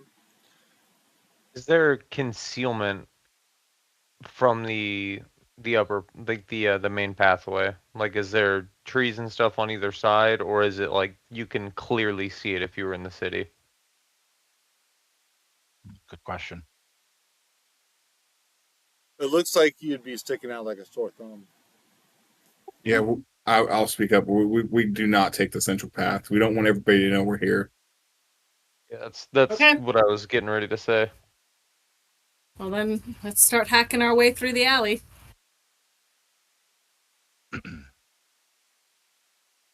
Okay. Are we hacking or burning? Well, Once burning again- would draw attention. Speaking of burning, as you seriously all decide this is your route, and you look at it more intently, you would recognize now that the steam curtain blocks away, blocking off the back of the city. Some of that steam rising off of that city block just on the other side of that overgrown alley beyond the wall. Some of that steam, that's not steam. That looks like black smoke, like something's burning. Just on the other side of the alleyway beyond that wall in those ruins.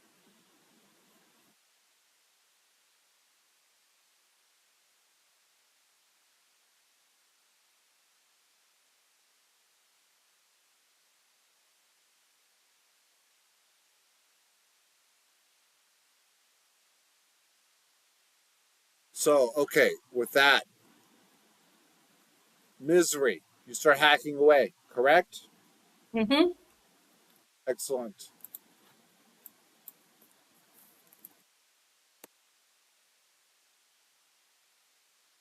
So what happens is you start striking in to the overgrowth. And what are you using, by the way? Do you have a machete, or like you're just using maybe you have a blade? What are you using exactly? I've got my trident. Yeah. I've got a trident and a rapier, so I would probably like Goss could be up front Yeah. slashing with the longsword, and you could be with me checking for stuff as I'm cutting through. sure, I can use my trident to like untangle roots or stuff like that. Untangling, and you do slashing. Okay. So you're going. You've got Goss slashing at the bulk of the foliage, and then we have Misery going at the undergrowth, the roots, and Mm-hmm. not hacking away, clearing any of the lower growth in the underbrush, doing some of the cleanup work. Okay, so what happens is I need Goss. When you strike into some of the brush, it's the same thing that happens with Misery when she strikes into the brush. Suddenly, there's a poof of a like a dusty, smoky powder in Goss's face where he struck the brush, and yellow in the face of Misery. So here's what happens. I need each of you to roll saves, okay? Shit X is getting saves. in your nostrils. Yep. It's going to be dexterity save for Misery and a con save for Goss. 15. 19. All right. You're able to shake it off and keep chopping away. But maybe a little more cautiously. It seems as if these blossoms burst when you strike them. It looks like the weeds you're trying to whack fight back. It's like a rap song or a haiku or something almost. I don't know. Like that smiles back.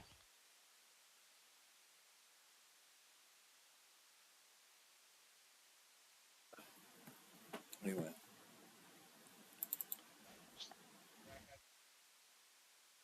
Looks like it's going to be rough going down this way. What I need from you guys, survival checks. Okay? So,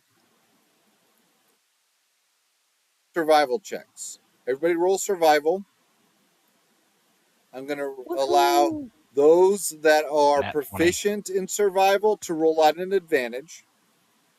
Okay. And then I'm going to take the roll. We've got two Oh, natural doesn't matter. 20s in there. I double Yeah. rolled a 17. Send me I that think our natural lowest 20 roll is plug-in.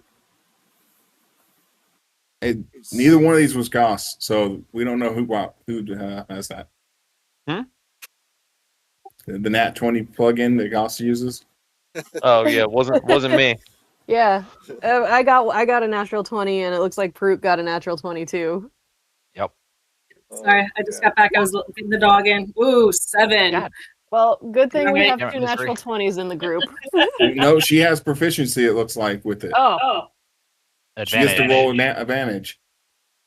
Hooray!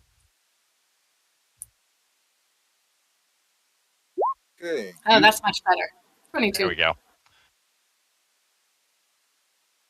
Well, I hope we party after this and nobody gets stuck in the dirt with rolls like that, though. I think you're going to be okay. And you are able to hack and slash your way through that underbrush, through that alley. And, you don't exactly do it quietly, striking your way through the jungle like that. But, the Grateful Dead down the way, they seem to be none the wiser, whoever they are. And you will, well, not exactly fast upon, but, with a little bit of work, you are upon this wall that's overgrown with vines. It's got to be a good 5 feet high. Bunch of ruined buildings beyond, and yet something in there is burning. Like one of the structures is on fire. And you hear sounds, the sounds of dogs growling like wolves, ripping, barking, snapping, fighting, chewing.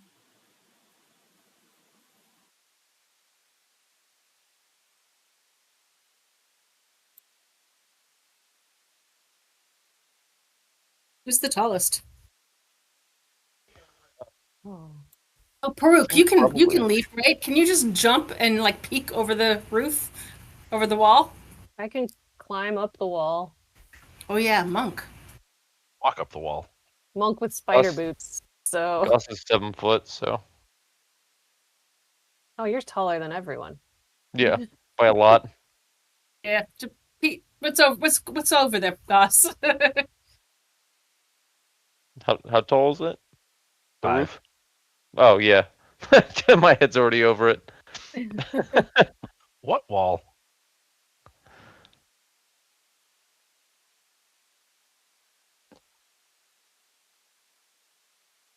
Well, What can I see? I could tell you that what you see after What we get. you have moved through that alleyway. Yeah, we scoop again.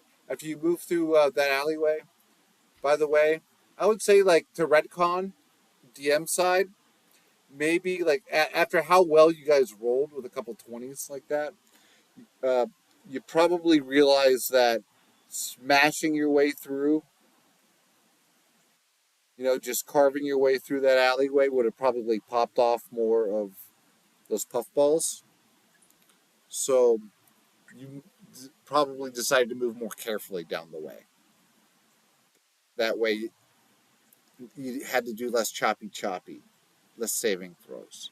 So, what was that? Goss finally makes it, and to look over the other side, you see dead bodies when you look over the other side of that wall. See that there is this courtyard area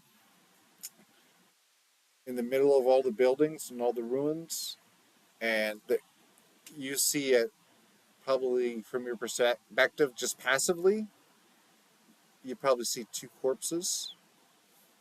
And to make matters even more interesting, more dun dun dun, see that one of the corpses, well, yeah, one of them is human. The other corpse, one of the corpses, looks like a snake person with a hooded cobra style head, big tongue just hanging out of its mouth, dead on the ground. Does it look fresh or old? From this distance, it's hard to tell. It's got to be a good Okay. 35 feet away. Ain't that one. But the embers are still burning. So this is a battlefield. The battle couldn't have gone down that long ago. Yeah, I'm gonna relay everything to everyone and just basically say, hey guys, there's some potentially fresh corpses over there, and everything's on fire. It looks like a battle happened here recently. You said one of them was human. Yeah, Was it our friends, the Flaming Fists? I couldn't tell. Let's go loot the bodies. That is. On brand. He's just gonna put his hand in his head and just rub his temple. Dude, they probably have some cool old shit around here, man. Like cool stuff. Let's go check it out. And I'm gonna start crawling over the wall. Okay, yeah. Hey, you can get over that wall easily enough. There are plenty of handholds with the vine overgrowth. Mhm. There are plenty of insects that threaten to get on your nails, ants, things like that. But if you're quick enough, give me a dexterity check.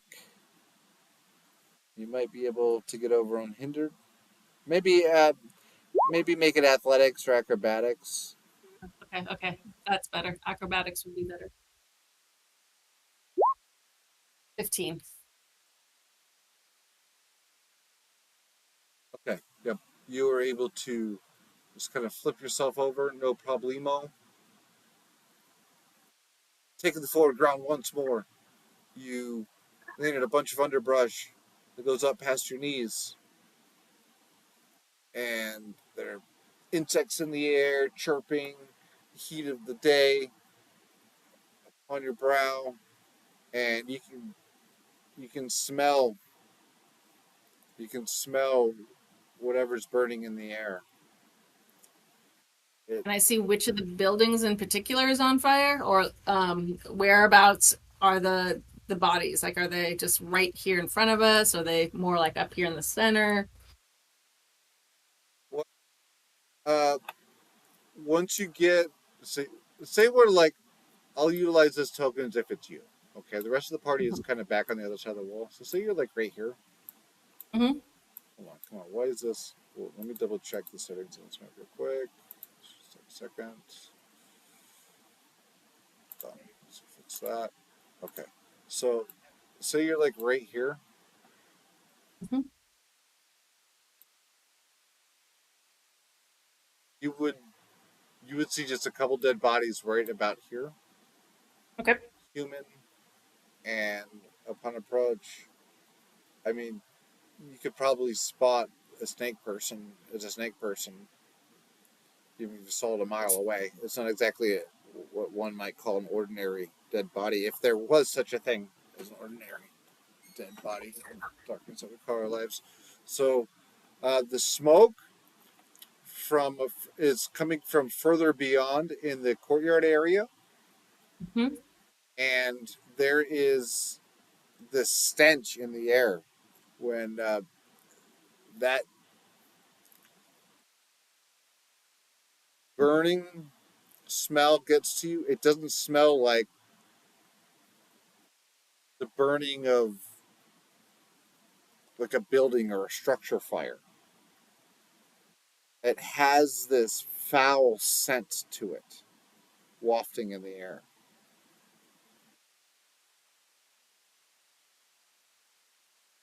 Okay. I'm gonna crouch low and keep moving forward towards those bodies. I'm gonna send my spirit mascot with her. Yeah, I was gonna crawl, just walk over the wall to join her on the other side as well. Excellent.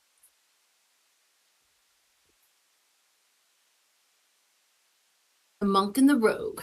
We got this. Well, that sounds like a good name for a tavern. The Monk and the Rogue. Oh, it's a good tavern. How Yeah. about How about how a good about flying tavern? the Monk, the Rogue, and the Dragon? The Monk, the Rogue, and the Drunken Dragon. I don't know. That might Oh be my too gosh. much. That might be too The much. drunken dragon needs to be with the bard. The bard and the drunken dragon. Okay, so yeah, as well as your speculation may have suggested, once you move up towards the courtyard area, you spy a mound of dead, burning corpses. Mm-hmm. No, that smells real bad. It's nasty. It's real Mm-hmm. nasty, and Reminds me of my youth. there are these a couple of hounds, these really mangy looking jungle hounds that are tearing at the base of the mound of corpses, like pulling at appendages and whatnot that are, burning. And you show up, you get their attention, and they immediately freak out. The two hounds leap over the wall and get out of there, howling all the way off to the west. Okay. Okay. Is that a normal reaction for dog things? I've never scared a dog before. They usually Yeah. like me. I Hmm. mean, huh. Uh, They've been eating the dead. You can't just have a pile of burning bodies indefinitely. This is kind of be something that someone was here recently. Right, and the wolves probably didn't set them on fire, so Oh yeah, true. Dogs can't set fires unless they're on fire. And those on yeah. With I how got you. close we are, can I see if they have any, if the humans have any like emblems still not burned off to show where they're from? Well, we got the two right in front of us that aren't that burning. weren't, yeah, the snake person and the human that aren't burning. Yeah, if the rest of you start catching up, y'all would start noticing that snake person. That's a Wanty. Yeah, Monty. Snake person, stereotypical type of being that might be found guarding a lost city in the jungle. As a matter of fact, looking over the pile of corpses, a mixture of human and Wanty. There's I'd be a able pile to. of burning meat, is what you're saying. Yeah. Well, are we sure Yes, they're lizard human? man. Because a lot of Wanty look human, and it's like just very subtle differences, like eye stuff or whatever. Oh no, these look full blown savage style snake people. It is obvious. No, Not no, like the human bodies. in the human bodies. No, they look very human. In fact, they look more human than human. They look familiar to you. You see Hmm. that some of the bodies, the armor that they're wearing, because the pile of dead bodies is just maybe like 20, 30 feet off the way. You recognize the armor. Wait, and the stylings of, like the types of people that almost identical armor to the Flaming Fist back in Belowarian. So the Flaming Fist are here. I'm going to look over at Farouk and go, can you put the UNT's body in your bag? Yep. I'm gonna move the edible stuff into a different bag and then put the Yanti's body in there.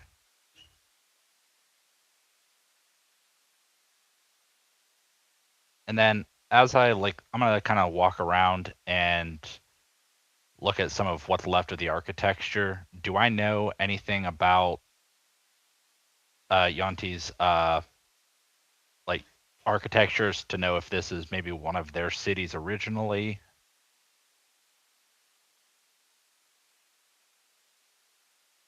Go ahead and roll a history check. All right. Real quick, I'm going to use my spirit mascot's ability, Council of the Past, so I get a D4 to that.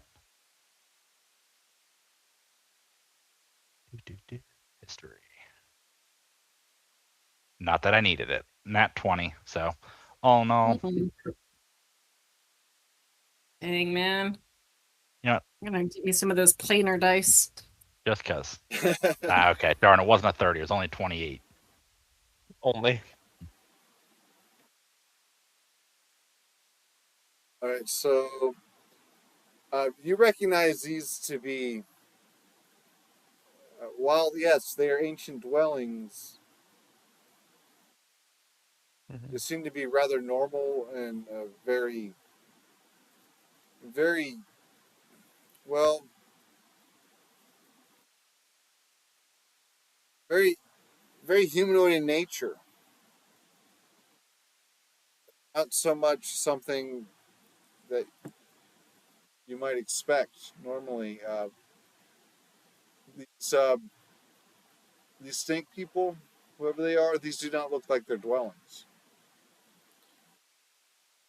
In fact, some of the dwellings you recognize have writing on them. This is like the dead giveaway for you with the 26 history check.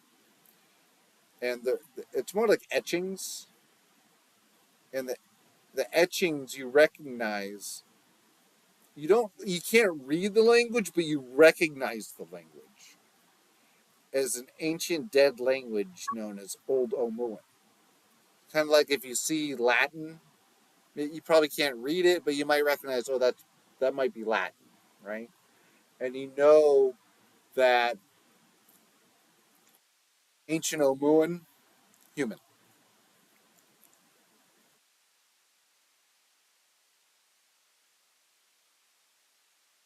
It's not Wanti. These structures are not from the Wanti. All right. So I'll let everybody know. Hey, I've pretty sure that these used to be human dwellings. There's some writing here that I can't read. I can use my rune shaper ability to decipher these if we think that it's anything important currently, but otherwise I think the Wanti have just moved in. This isn't their city. Mhm. Can I look around to see what might have started the fire, assuming that the Wanti and the humans were fighting each other? Try to figure out who started the fire for the funeral pyre, basically. Full investigation check. As Billy Joel busts out and we didn't start the fire. I was just getting ready to link that in Discord. Couldn't type fast enough. You see the updated version of that song? Mm-mm. Yeah, there was an updated version of it. Check it out. That's cool. Yeah, a lot of the bands are like remastering their old stuff, like re-recording even, like completely. Yeah, no, it's completely different lyrics and it's more Really? modernized. Yeah. Oh, so someone else doing it all together. It's not Yeah. yeah. Okay, so what happens is investigation 17, you would recognize that, well,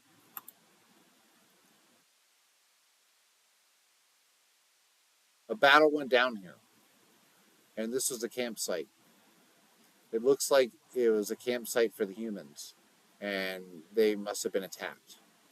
Some of the humans are not only flaming fists, you can tell that some of the dead bodies in the mound, there are at least two of the dead bodies, are bald headed wizards, tattoos all over their bald heads, and they're wearing red robes. You also, now, there's a murmuring sound. It's coming from seemingly one of the corpses that, as you're investigating the area, one of the corpses starts making noises. And there's Can I go? uh-huh. Hmm? Now, Fiend, did you do that? Can I go check on the body that's making noises and see if maybe he can be stabilized or if he is just too far gone? You go down, check out the body. There is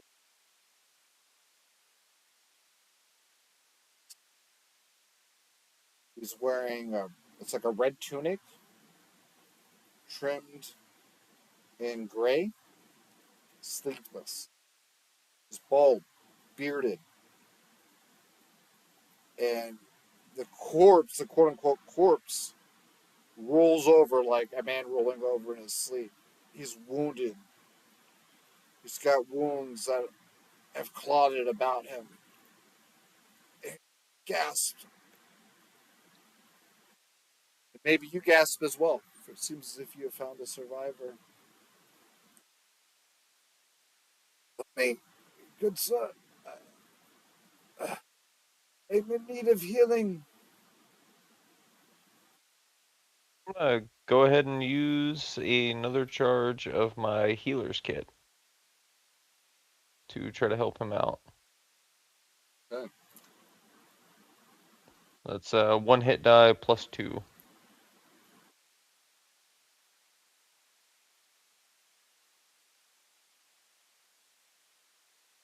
And after you patch him up, he's able to sit up, lean his back against some of the ruins.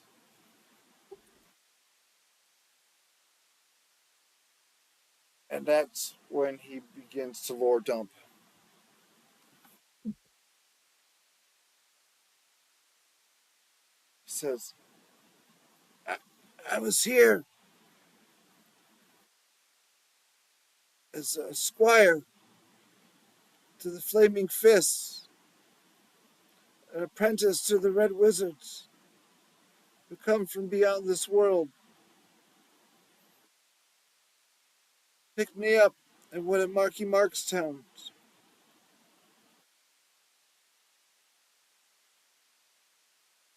Found the city. We took the ship along the coast, traveled for days through the jungle before the mages summoned some ritual, and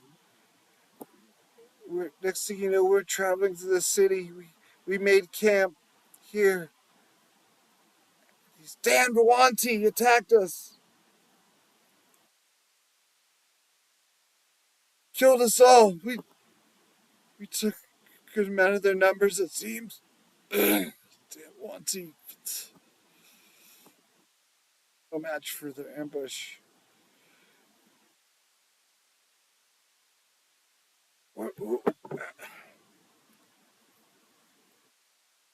You're from around here.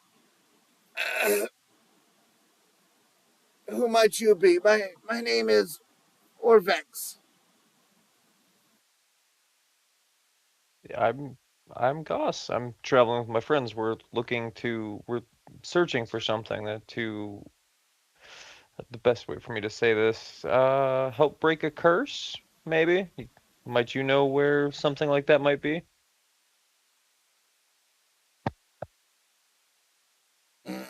He raises an eyebrow. The death curse. You're looking for a cure, just like us.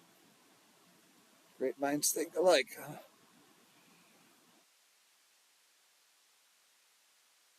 Do you happen to have any information on where you've already searched and haven't found, or any more information to share that maybe could help us?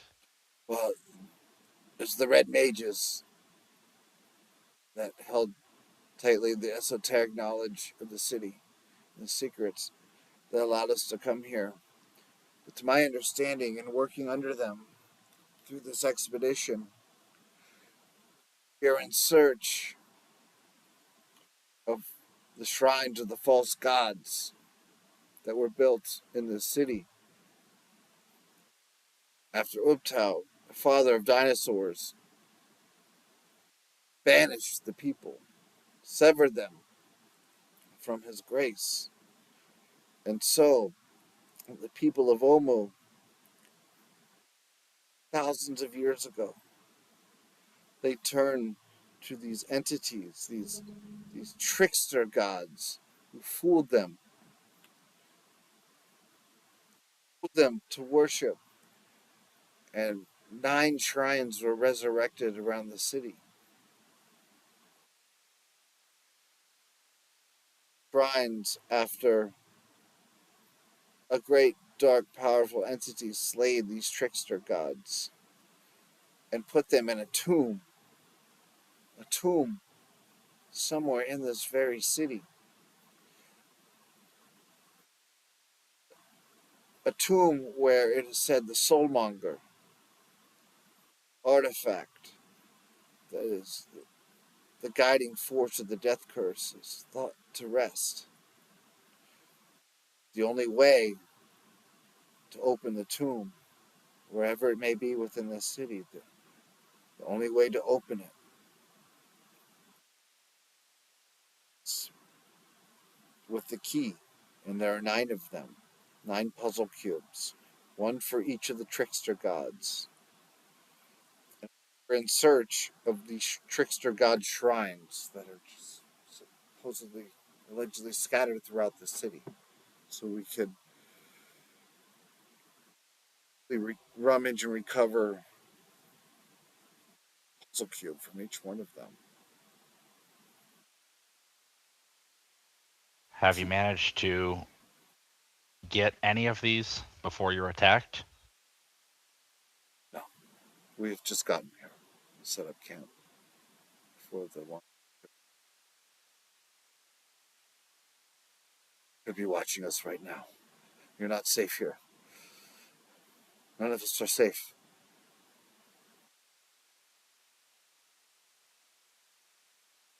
And I suppose with that, given the time, this is the end of the lore dump. We will fade to black, and we'll call that a session.